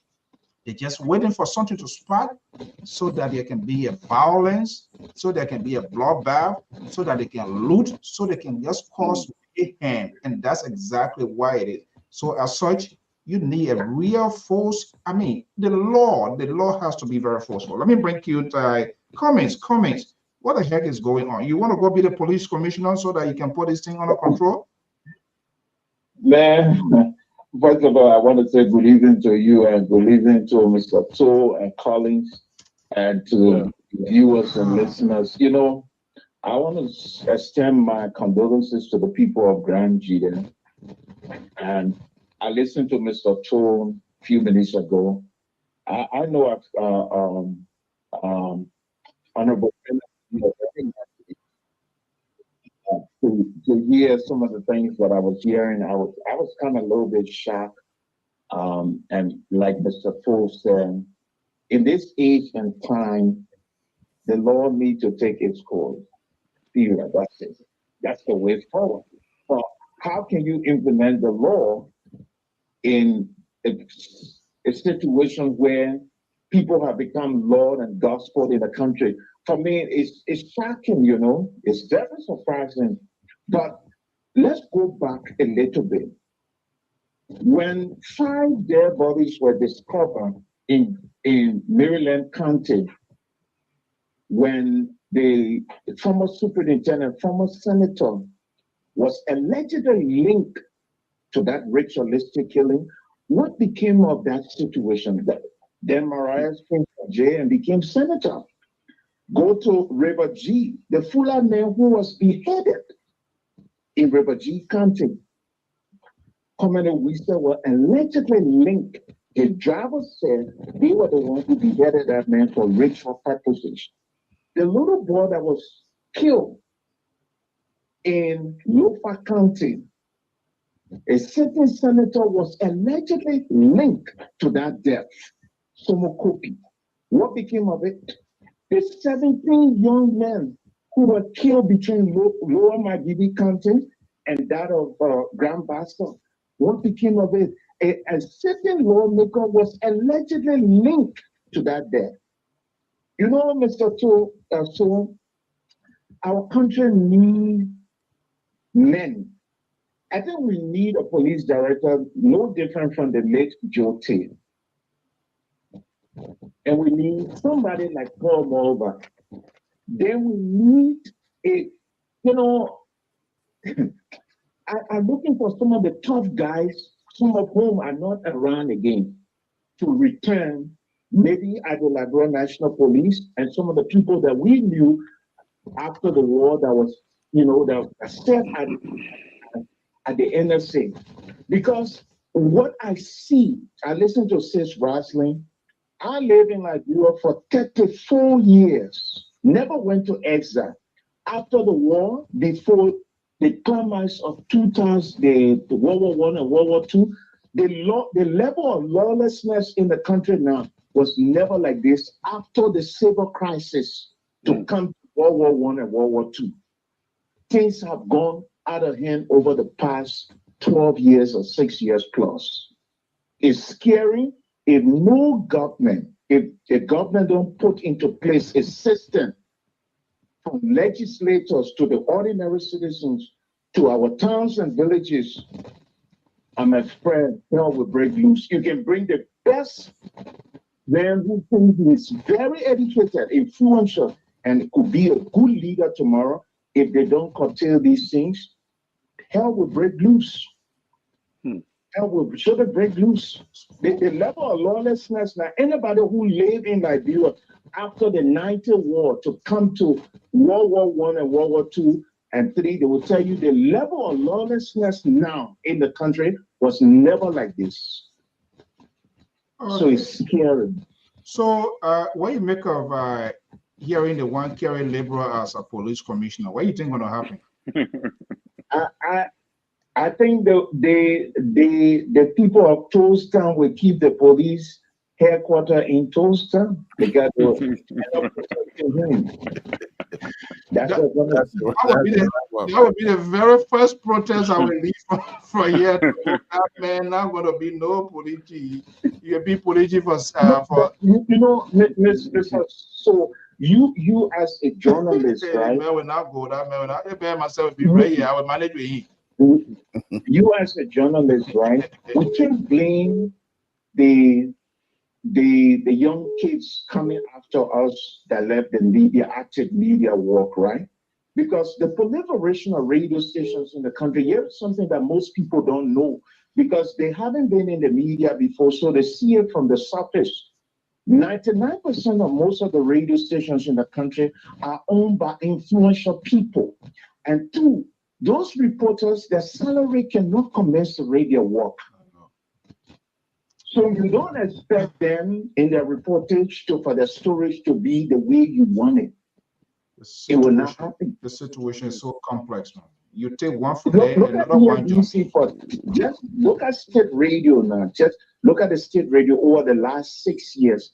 The level of production that come out of the state radio is sad for a state radio to operate that way. So if the state radio is that operating that way, what can you get out of the other radio stations who people just give people frequency and the owners of those radio stations are friends of politicians and they can't even pay their staff?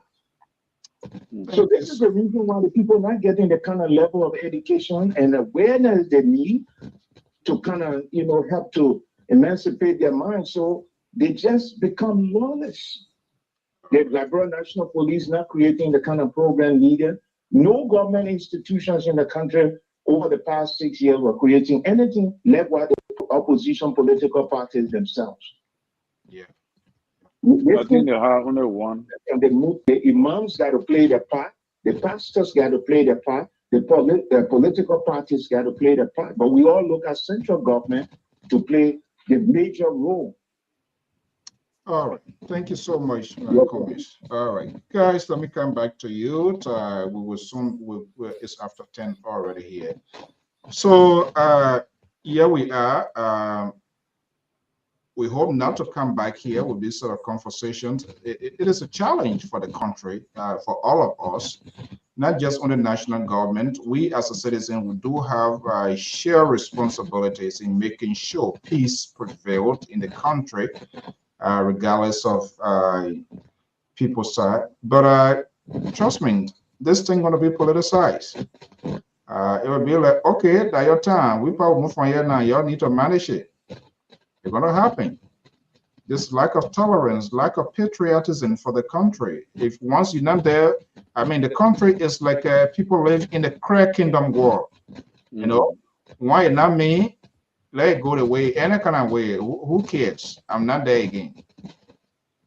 And not just only people in government, people outside of government, ordinary people, civilians, people that sit behind the microphones, the things that come from out of their mouth, all have to exacerbate all of these tension-packed situations in the country. Makes I say things, false news, say things that they can't prove, because the country is polarized, because they are speaking to specific demographic, they are speaking to specific base. And you have those people there to energize them, to pump them up, to celebrate them, to cheer them. So it's like it's a tough one. How can we navigate? How can we navigate through this system here? And because there are certain people now, there are certain things they want you to say. If you can't say it, you're not a guy. You're not one of them. You are not part of their club. They don't want to listen to you. Whatever you say, so that man, he's talking trash. But just say those things, those words they want you to say. You say it. You are speaking truth to the power. How can we navigate through the sort of system and be the system, Terry? Yeah, you see, Mr. So, like what our prophet was just saying, Prophet Cummings, we need to do some civic education for our people, and that would be very helpful. But unfortunately, only one radio station in the entire country, which is Freedom FM, that was doing that do advertisement on mob justice. All right. Besides them, nobody else is doing any civic education on mob justice. So how effective is that? How many people Freedom FM is really reaching? To do the kind of education, you need to go directly to the people. You need to go to them in the villages. You need to go to them in the various places and educate the people the danger of mob justice. So, but that is not happening. So we need to have a force that will tackle that, and with the effectiveness of that project, you will see some level of changes, because we are from post-war. There's a post-war trauma that Liberians are going through right now. And whether you like it or not, majority of the people in the country are not set in their mind.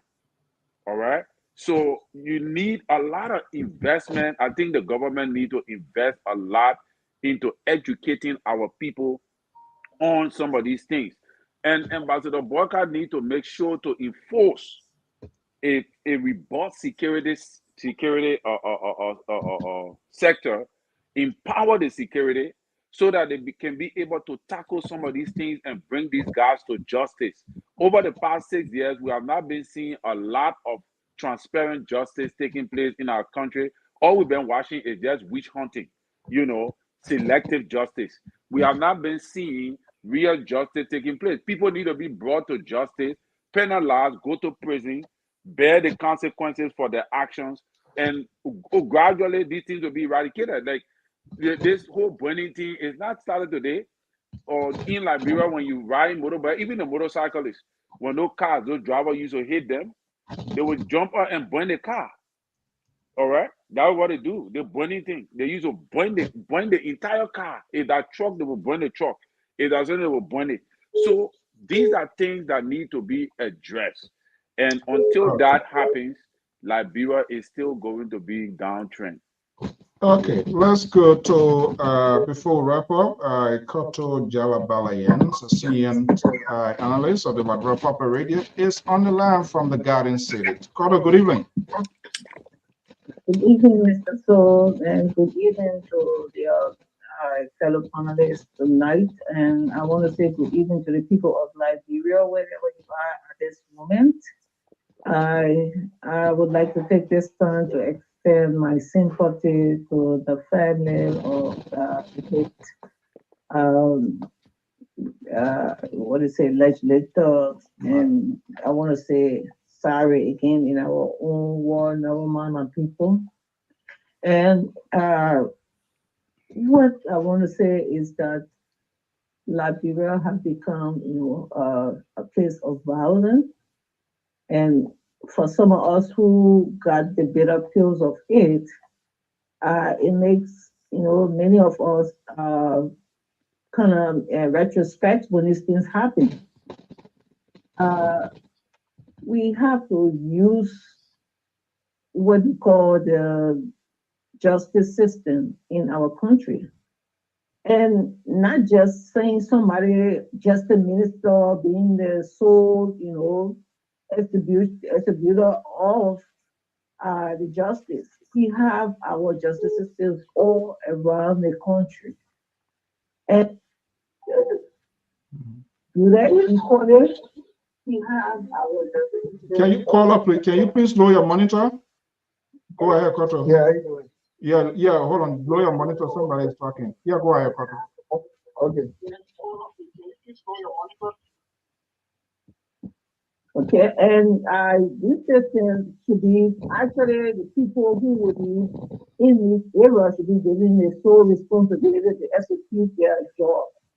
But what I have been seeing in the past time, you see a judge in a county carry all the jurisdiction, and you see somebody from a road is sent a call. So disqualify whatever job that we have done there, discrediting that person for doing a particular job or carry out a judgment. That is impeding our full justice system in Liberia. And if you feel that somebody from that end is not performing their job, your future is to recall them and put another person there that will better do the job. But if you impute on the person's judgment, you are then having problems with the justice system. Either the person who carried their case there or the opponent of that person. So it's affecting people so badly that people don't judge respect the justice system. And what happens is like a cup that you keep compressing. When you fill it out, there's no way for it to ever hold, then it goes back. And so that should be kind of one system. But again, we have to also talk about what's leading to this mob system that is going on. If you allow things to continue to persist where other people are not seeing the repercussions, it leads them to continue the act. Other people did it, nothing came from other ends. So I can do it and nothing will happen to me.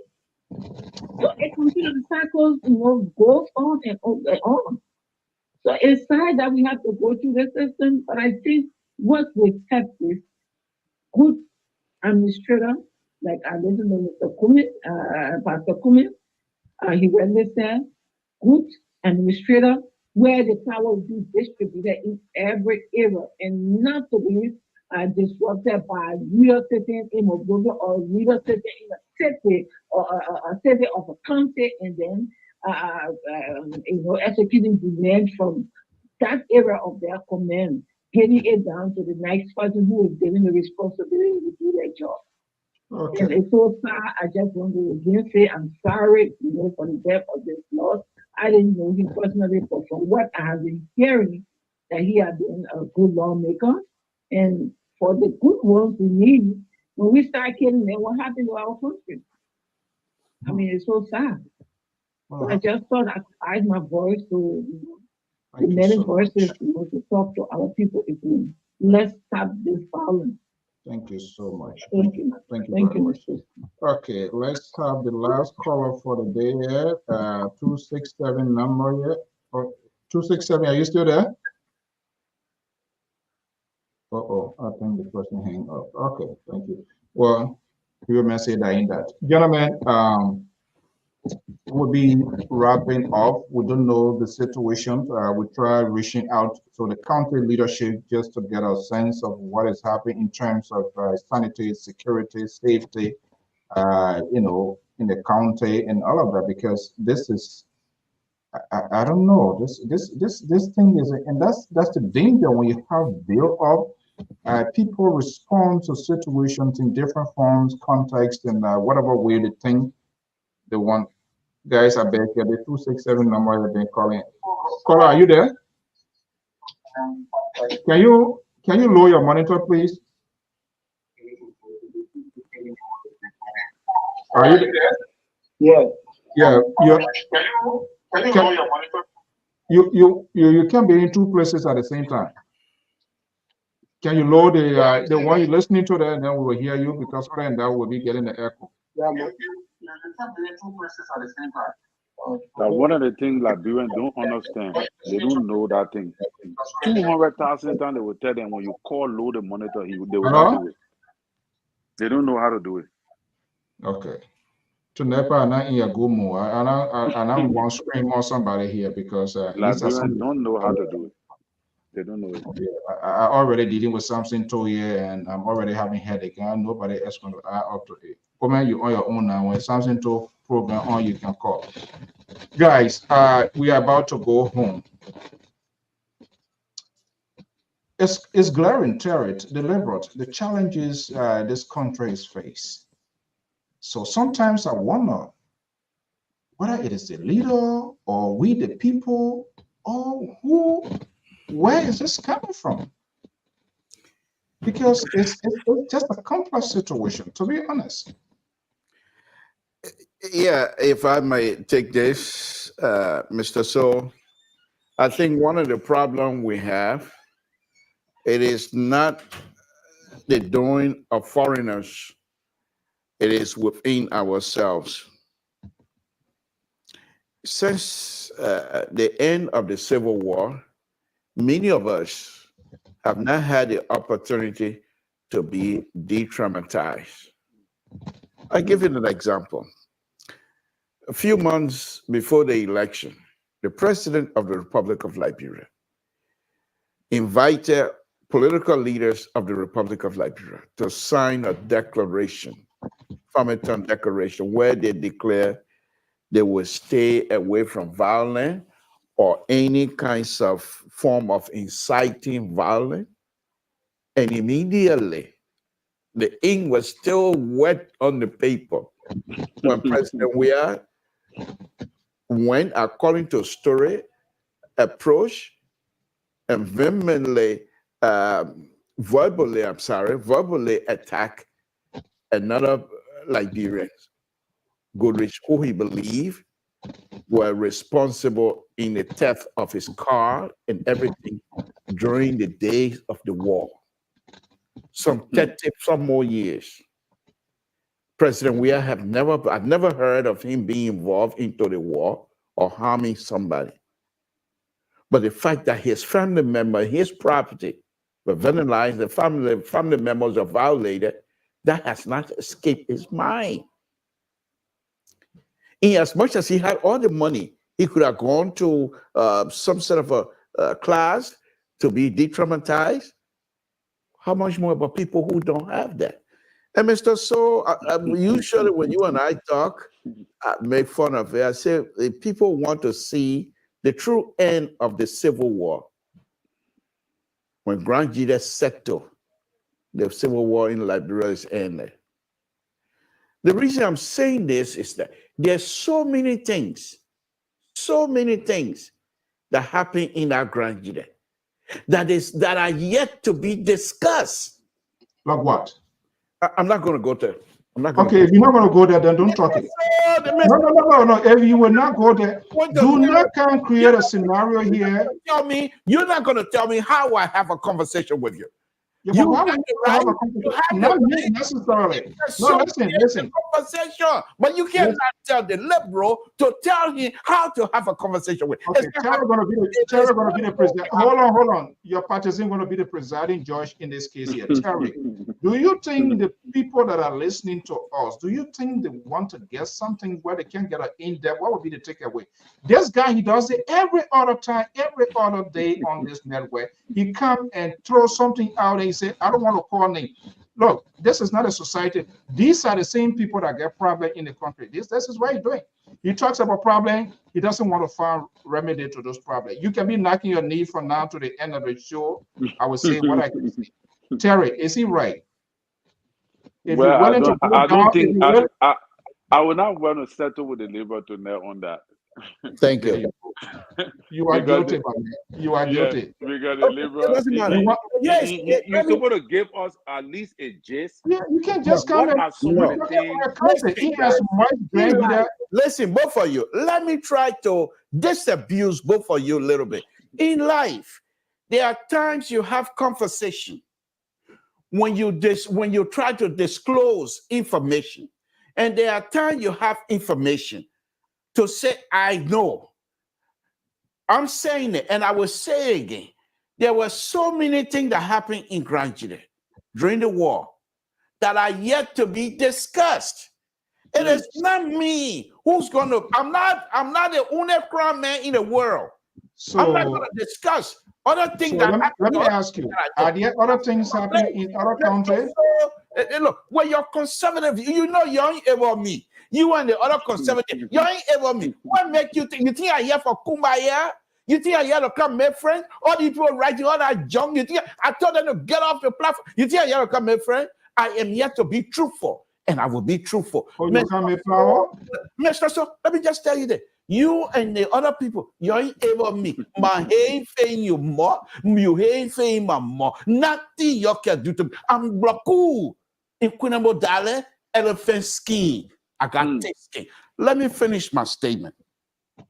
And therefore, the fact that many of the issues in Grand Jide have yet to be discussed. And Grand Jide is not isolated. These are things that happen all over Liberia. People did some stuff that are yet to be discussed. And because of those kinds of behavior, the leadership of the Republic of Liberia supposed to be able to see if this thing raising their coming up, their hairs coming up, they should say, no, let's put stop to it.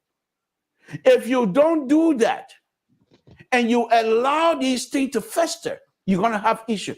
And let me just be blunt here right now. This is what's going to be the Achilles heels of Ambassador Baka, President Baka. He, over the years that I have watched, he does not like to get quickly involved into issue to settle it. I'll give you another example.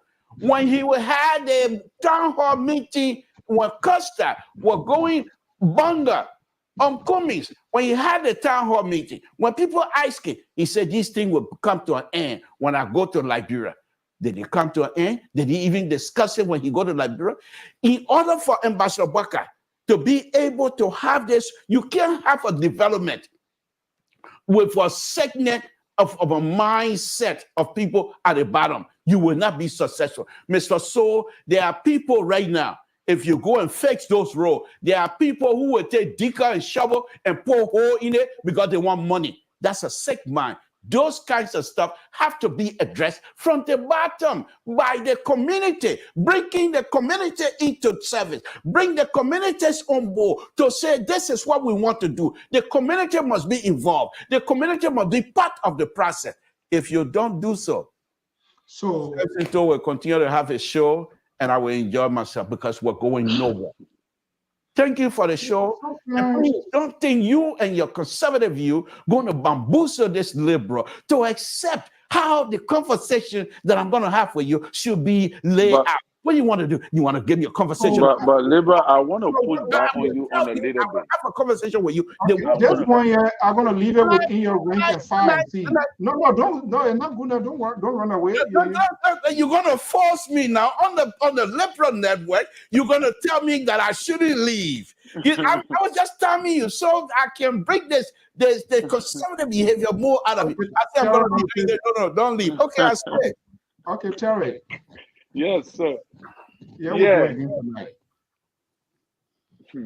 The labor is in his how you call it, blockhood skin. Oh, you can't make it now. Anything will fire now, it will bounce. It's so ridiculous, unbelievable behavior. Anything will fire now, it will bounce. But Mr. So, you know, Liberia, I think what labor is saying. Wait a minute. Ambassador Baka, you succumb to the liberal, you can't tell me what the liberal is saying? No. That's what I'm trying to run back to the a little liberal?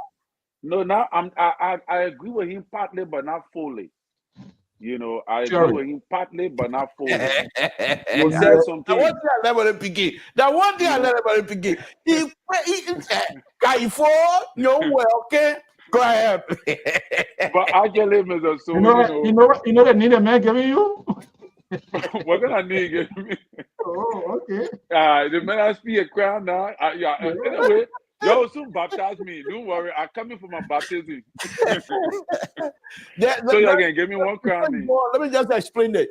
There's a little wood log in the forest, but it's so light that when you take it and put it on the water and you think you're going to stabilize you, it will flip you over. So he flipped me over now, right? Wow. You know, but to be honest with you, Mr. So, Liberians need to graduate from that trauma. And unfortunately, the DDR program was not successful in that it did not rehabilitate our people. But equally so, Liberians are strong people. We are Africans. Africans are very strong. They're quick to adapt.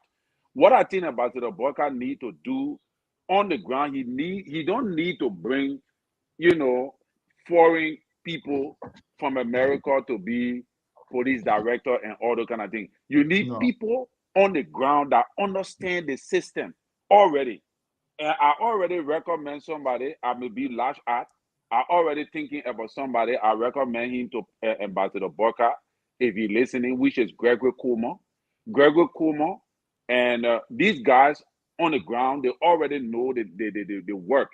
They know what's going on. They know where to tackle. They know all the problems. They understand the length and breadth of Liberia. And he been in the police force for a very long time. At the ending of Madam Ellen Johnson Sirleaf's term, that when she brought the man in, and the man is young, energetic, ready to go. If you put these guys over in the police, like people got problem with Abraham Kromah, but Abraham Kromah then understand the nitty-gritty of what's going on in the society. So if you bring 102, if you bring these guys, they will be able to address the issue immediately.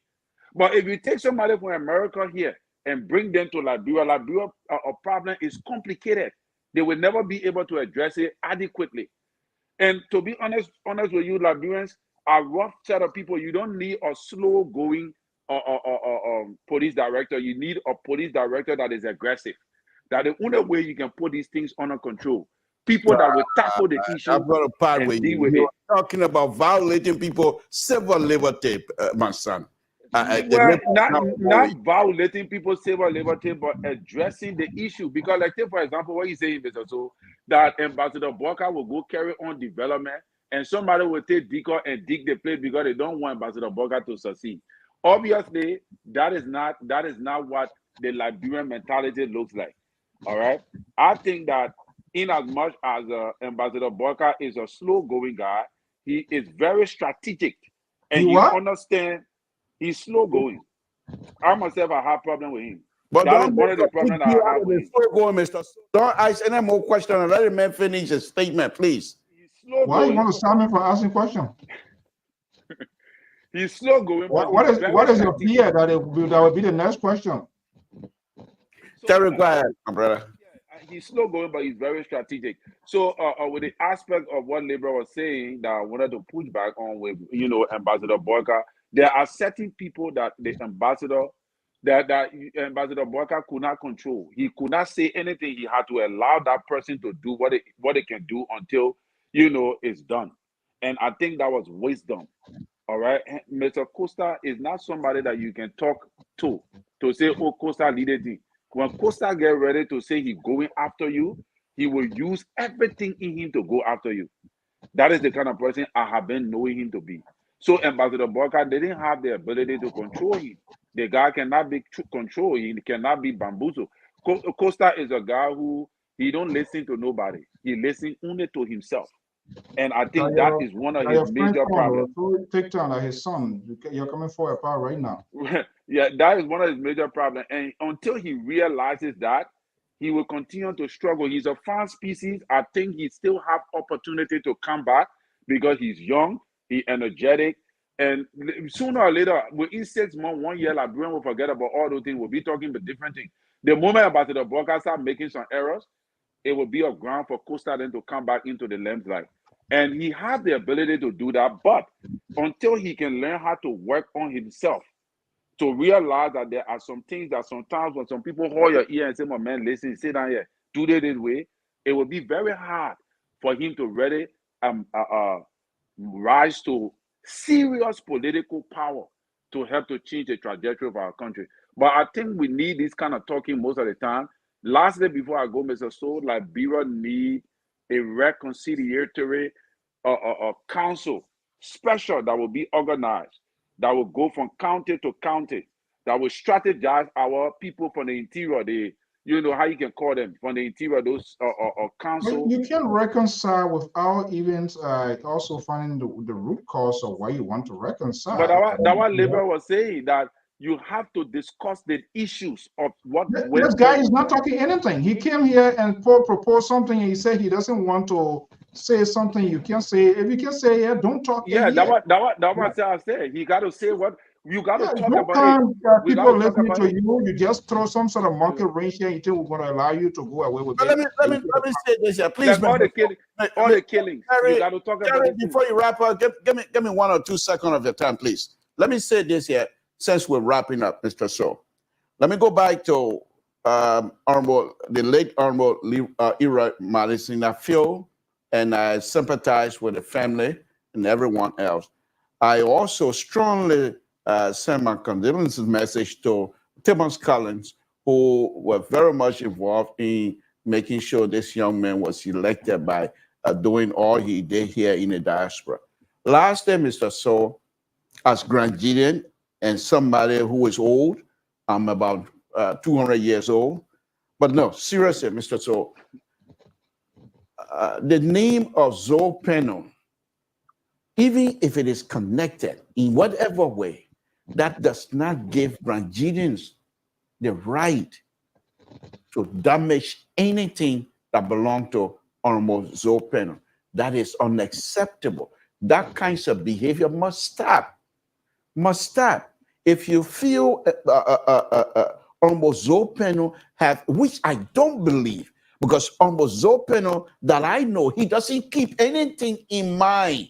Because people who keep things in mind are people who have the ability and most likely do some, but he's expressed himself anyway. So I don't see that. However, that's my belief. I could be wrong. But until those things can be proven, we must build institutions. There are laws, even in Granjide. So we cannot attack each other. We cannot destroy each other's property. You know how long the young man took to build those buildings? Right. Those are difficult things to do. We have to respect the rights of people to express themselves, but the voice of violence as Granjide, this is something that is unacceptable. We cannot do that because what they have done, instead of us taking 2-3 hours to continue to praise Madison, now we have to dive into the violent aspect based, from the demise of our own brother. These two things do not match, especially when Honorable Leroy is concerned. He's always been a peaceful person. So at the end of his life, now we have this connection of a violent.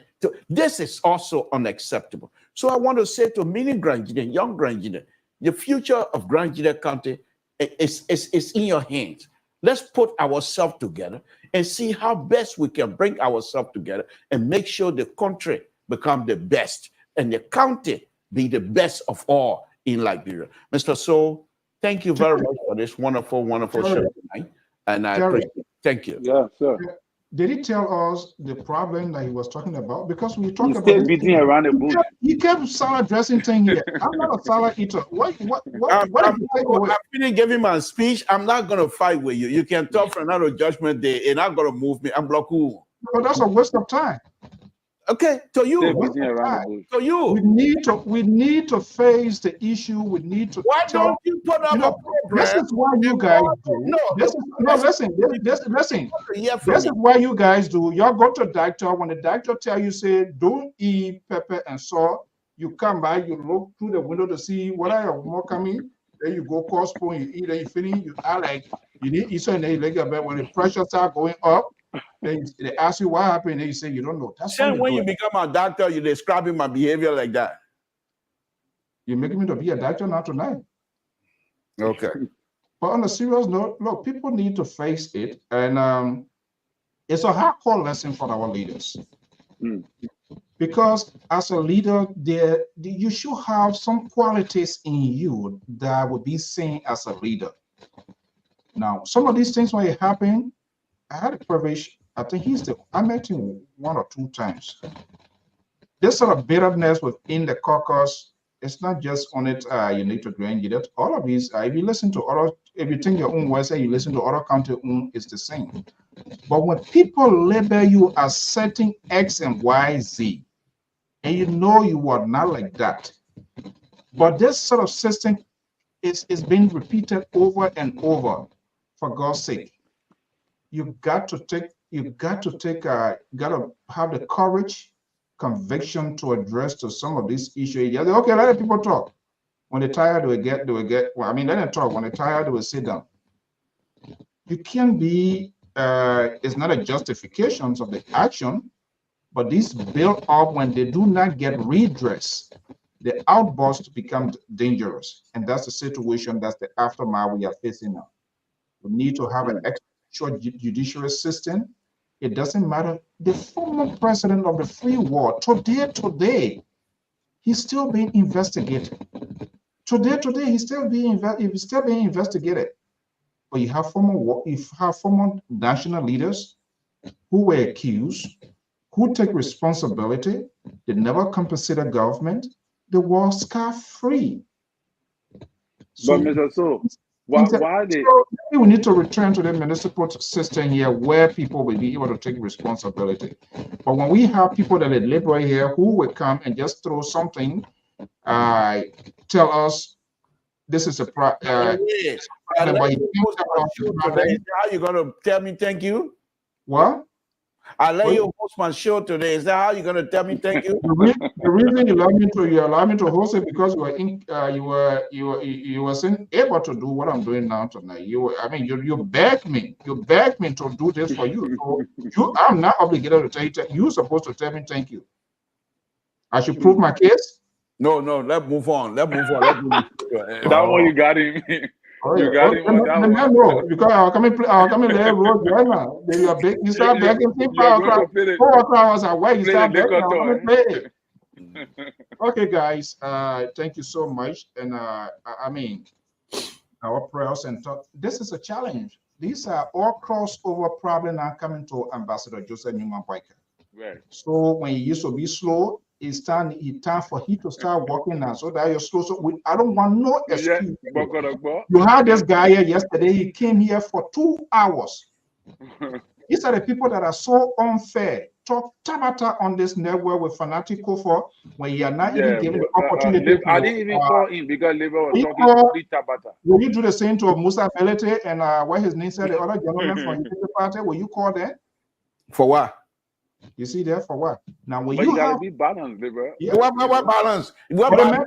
You can't balance the whole show. I can't balance what balance? You think I have to balance? This guy is a complete problem, embarrassment to this network. He came here 2 hours yesterday with Kofa, but he would not give the other people chance to say their part. Now, where his neutrality?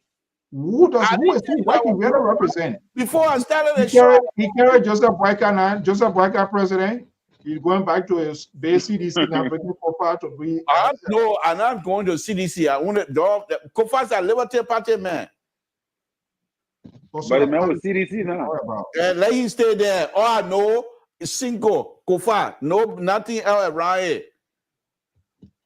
I didn't claim to be neutral. I explained. I said, Kofa is my friend, and I'm here tonight. So the same friendship you frown on, the friendship you frown on Georgia. Is that why you're bringing to Joseph Boyka now? What friendship I frown on Georgia? Why would I? Georgia, the people they put in a bubble. They want anybody to be friend with him. They don't want anybody to be friend with him. No, I said you frown on him with this friendship type of government. Now you bringing your friend. Now why you call all the old people from Sacramento? Like? Yeah, last night, Labor play with all last. I think the man was completely in a different dimension. The other man said he can't even. I don't know what happened. He get called for what. Yeah. When you talk to them, they will say, drink small water. You a fool? Yeah. You're good name, man. Yeah, man. Yeah, you try to get out of the way. Are we coming on tomorrow?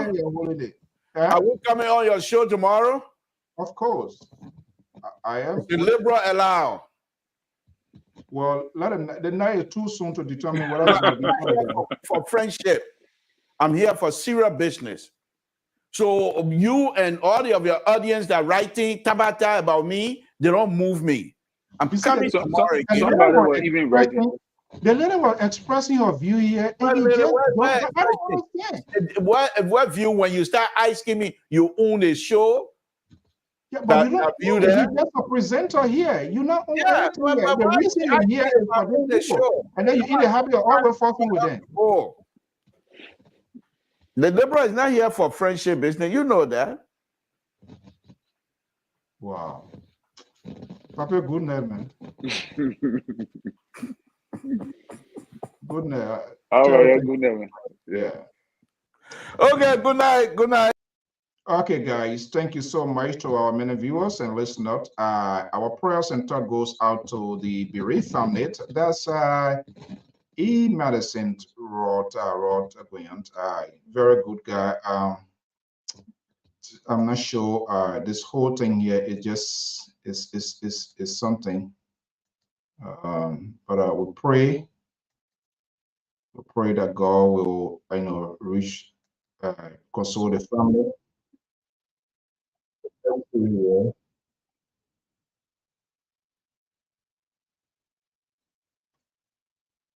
Let's see here. Try to bring here. It's retrospect.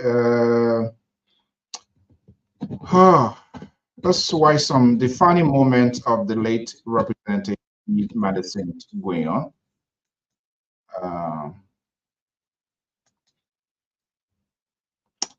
Just bear with me a little bit. Try to do something here.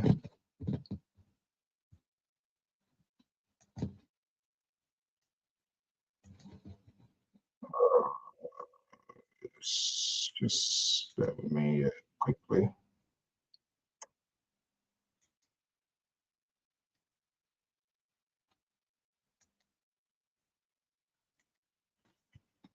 The streets and farm to market rules or feudal rules have all become so dilapidated.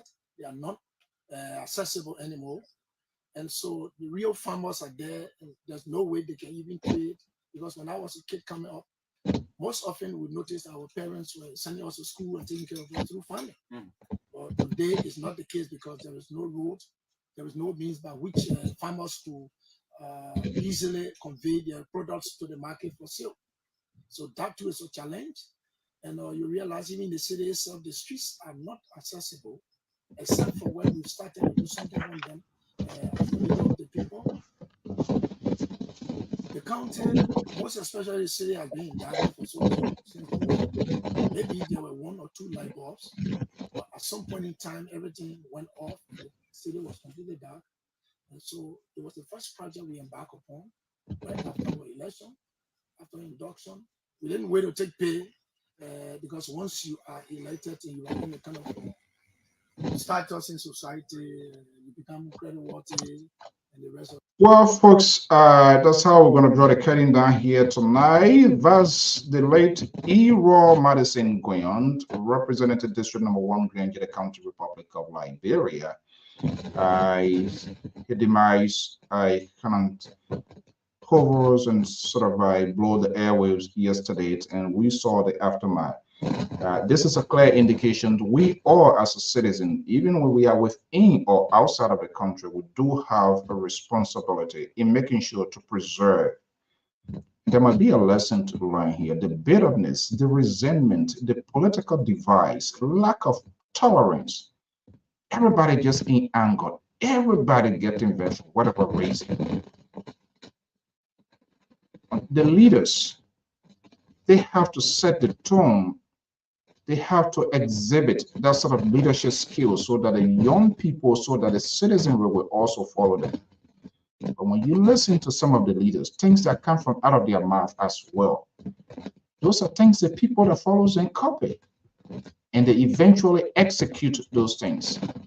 Because what you listen to, what you hear, you process it and you act upon it. And this is where the media industry comes in. And even at that, when the media industry comes in, the device in the media industry, everybody taking side. Everyone is protecting his or her own alligator. No one wants to be objective. When it falls on your lap, then you get 10,000 excuses. Give justifications of the actions of that person. You will only see it when it is not your candidate or your choice. So this sort of selective method of approach of handling situation, dealing with issues, it has entangled and engulfed the entire country. Granted, that is the case, but there are many others. This on to resolve, we feel that it's resolved because it's not resolved because people are not getting, or people not getting the sort of justice system, because people shield people, they protect people. This conversation goes on behind the cloud, the darkness, nothing comes out, and all of a sudden they say, okay, it's over. And people still keep things within their anger. If you do not have the finances, your justice is on the rug. That is dangerous for our country. Until we can change course and think of where we're coming from, where we eventually hope to go. It doesn't matter who is president in that country. The mindset has to be changed. So it brings into questioning what's the law. People just take law into they do anything they want to do.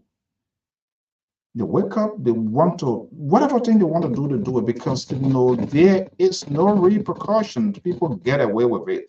So it's a normal situation people are living with now. So I can do anything. I have to go to jail and come out. In fact, the case will not go nowhere.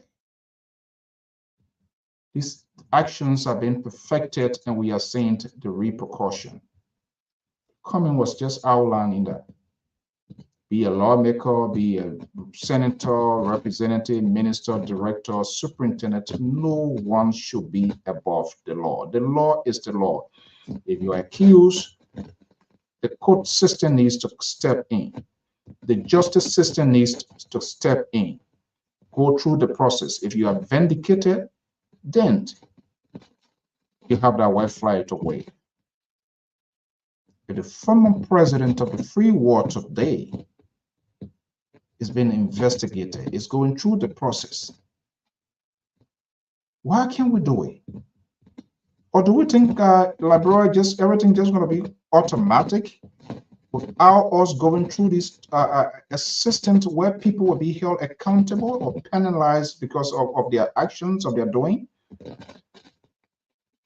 No pain, no gain. There is no successful revolution without a bloodshed. People will always put people to test. Yes, we're having a new incoming administration.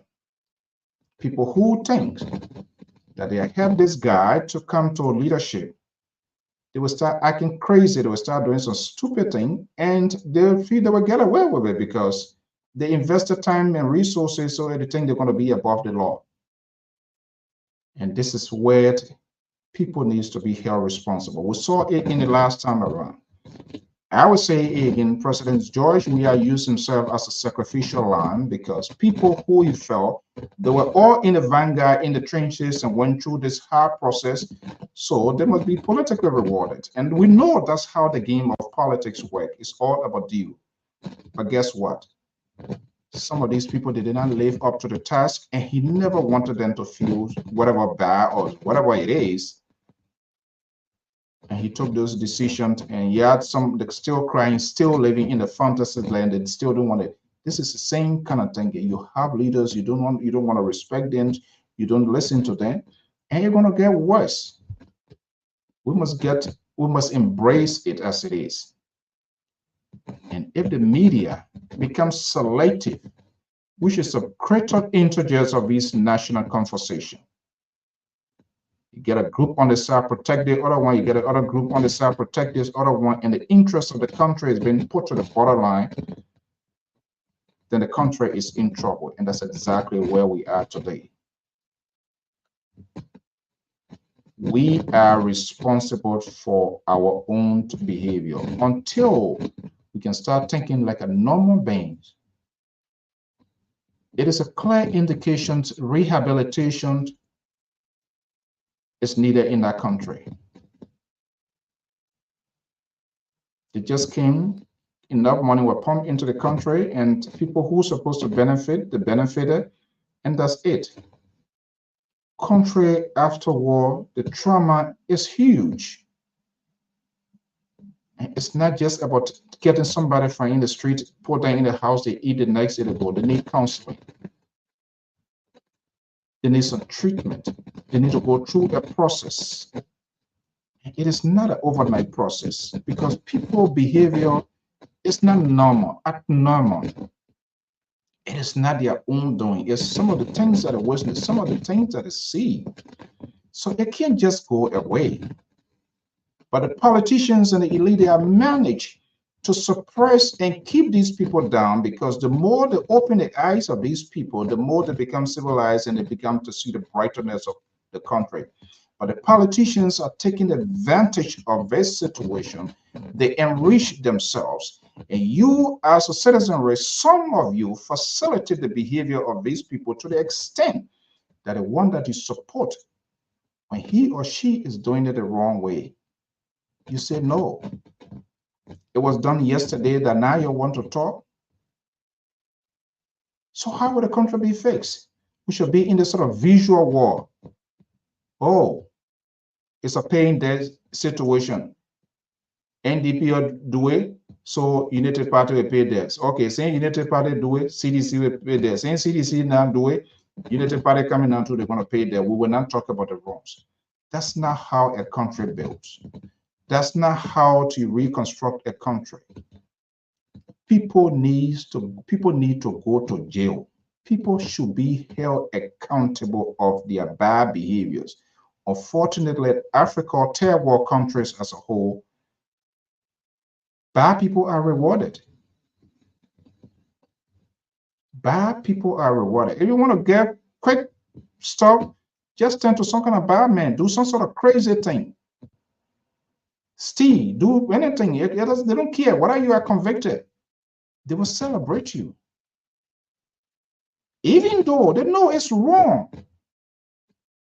Naturally, it's wrong. Because what you did, you endanger other people. You inflicted pains to other people. But because few people benefited from it, they say, yeah, that one not anything. And then you think you're going to have a fixed country.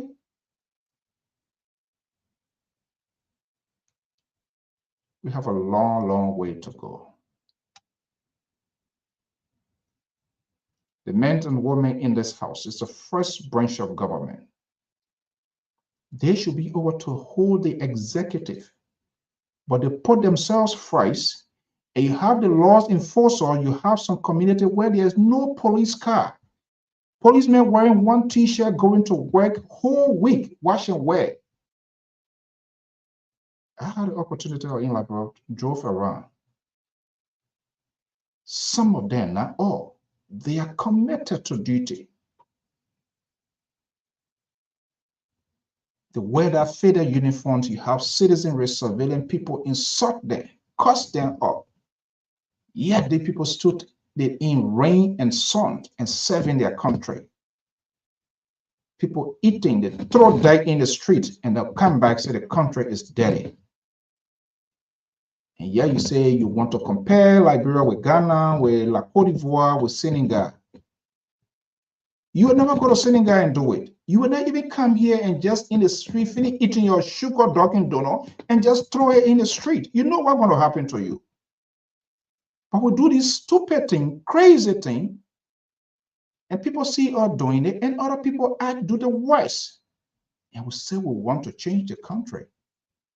So it makes me to wonder, is it illegal or is it a combination of both? We are all responsible. If you have honest men and women, responsible people who are approached in a responsible context, who understands the work of being a legislator, who understands the work of being a lawmaker, it's all about consensus building. It's nothing about United Party saying CDC, this and that. No. Just sit and talk about the future of the country. How the police can even combat crime when they are not equipped. But they arrive $50,000, $40,000. They have a huge convoy, and you have one patrol car for maybe 2-3 districts, and you expect them to be spontaneous when there is an emergency call. When you don't have even fire truck in each district, but you expect the one that's stationed Ashmore Street there to leave from Ashmore Street and go to Painesville or all the way to Ghana suburb. It's not possible. Until we can have these people who will put the interests of the country first, who will hold the executive branch accountable as it is enshrined in the Constitution as their full responsibility, then we have a normal and civilized society. Yes, don't get me wrong, they can cut deals. That's what politics is all about. But these guys are there, they eat until they act like a cockroach. They go into the oil barrel and then the legs go in the air, and then they know that, yes, it drank oil. And then they finish, they say the executive. You should be holding the executive branch of government responsible. you give yourself first instead of giving to the people. We saw what happened during the what about season? They rationed among themselves and left the Liberian people in cold. You came back, and back then, because that's your own favorite, because he or she is part of your party, you say he is the best. I would say we want a vibrant society. Our prayers and thought goes out to the bereaved family, the people of Gwion, District Number 1, to the Republic of Liberia, to members of the first branch of government. And there's a vacuum again. There will be a by-election. The man just got re-elected. He didn't even take a seat. He was not even inducted into office. Resources already gone. I'm not going to hold responsible. I have no idea to what killing until the family decide to come up with a medical report. I'm not going to create a conspiracy. Other people, this one do this one do this. Well, they can connect all of the dots here and there, other contributing factors, but I'm not going to be a circumstantial in my conversation here this evening. But probably we'll talk much more being done. And this is a kind of wake-up call to all of the leaders, not just necessarily when you are in a house or to be a senator or representative. People should be able to, when you keep quiet, it's a solemn concerns. When people talk things about you, and you can't come out or speak, address yourself to this issue. I'm not saying that not every little dick and tongue you're going to respond to, but there are some things when they talk about you, that stigma is there for a lifetime. You need to get up and address yourself. Do not just shove it on the raw. That's what we see happening now. Maybe, my guess, and we all have been hearing it, these things being in a quarter. And as a leader, things will come across your way. And sometimes when you see these sort of things repeatedly, it's being in the public space over and over and over. Well, it's not a matter of a guilty conscience, but you can address yourself to it. And allow the people to ask the questions, let all of the apprehension be handled. But when you say people will talk and get tired, some people, they don't talk. Some people, they don't get tired. Their reactions become an outburst. Their reaction becomes a violence. Their reaction dangerous because of the perception that built up and up and up, and there was nothing done to quench that. Their outburst becomes violent. It becomes physical. And when something becomes more physical, it becomes dangerous. Let's assume Senator Zoe Emmanuel Pennell was vacationing in Gwion, and that sort of news broke out he was in that place. I mean, we're going to be talking about 2 dead lawmakers plus the other citizens who've been here and reportedly committed a suicide. We are not noted of managing crisis. So why can't we prevent it? If you can manage it, prevent it, avoid it from happening. Simple as it is. Simple. I hope I wish I was a close family member. Probably I to put this to a rest. I understand he passed in the hospital. Whether it's true or not, we yet to verify that information. So I try to reach out to people that are close to him, like the COS, and I know it's a tough time. But I hope at some point in time they will come out publicly to speak so that people will know, and that would be good for himself so that he will rest in peace. What about the medical report says? That is important. But because people shield information, they make people to struggle to get information when they should be able to release those information. It's not happening. And that's going to leave another cloud hangs over our head. We need to be transparent. Until then, folks, have a pleasant night. Our prayers and thoughts goes out to the family. Bye-bye.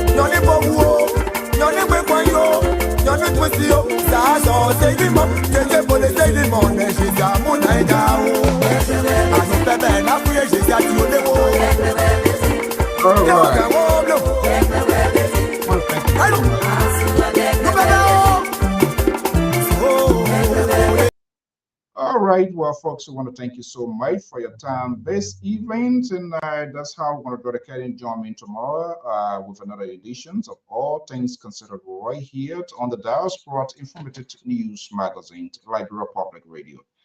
Unfortunately, if you came here tonight with the sole purpose of us telling you what you want to hear, I cannot tell you, you are just misplaced. That is not the traditions of this network. We do not necessarily tell you what you want to hear, but we do tell you what you need to know. And I think that that's the conversation that is needed in that country. And we wholeheartedly appreciate you. Even though our talking point, our conversation does not go in your political direction, but you still have the courage to always be here. That's the greatness of you. The pink hair of the end of the week. See this guy? So what happened to him? When we start having this sort of system there,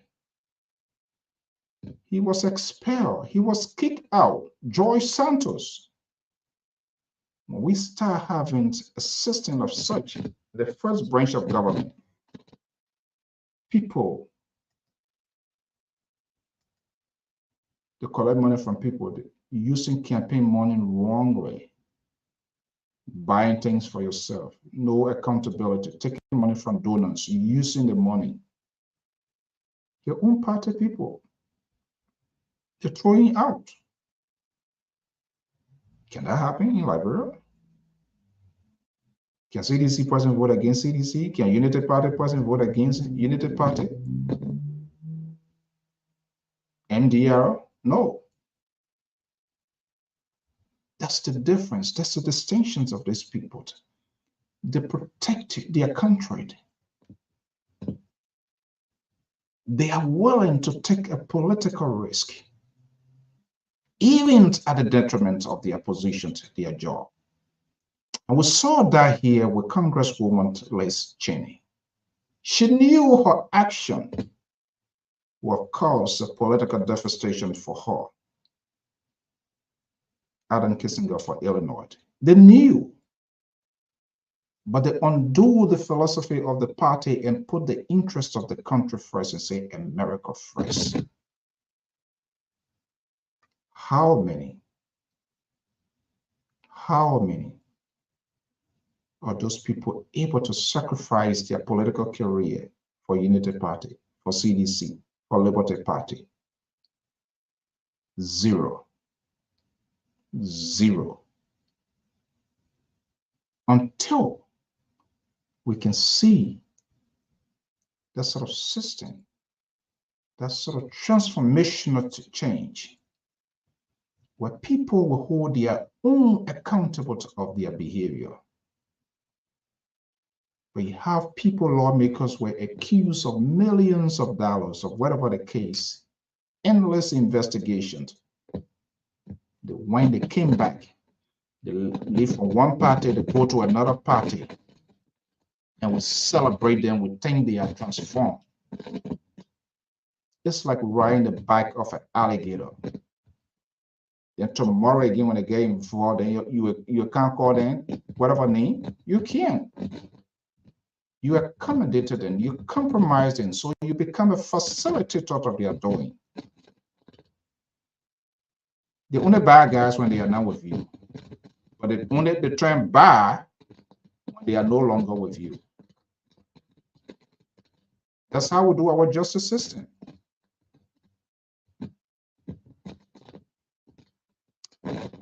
We'll get there Sunday. Have a pleasant evening. Bye-bye. We will not get tired. The purpose of this whole thing here is to make us to get tired and to think that they can get away with it. We will not get tired. We'll continue to have these conversations. It is healthy. It is good for our country. We will accommodate diverse views. Diversity is the hallmark of this network. It doesn't matter which side you belong to, but your voices will always be heard. However, whatever you say on this network, you are or you will be here responsible. We just facilitate these hard conversations, but it doesn't mean you're going to say anything and just go scot-free. You say it comes from your mouth. It is you that are responsible for it. Have a pleasant night. Bye-bye. I just want to thank you. Thank you. Thank you. I just want to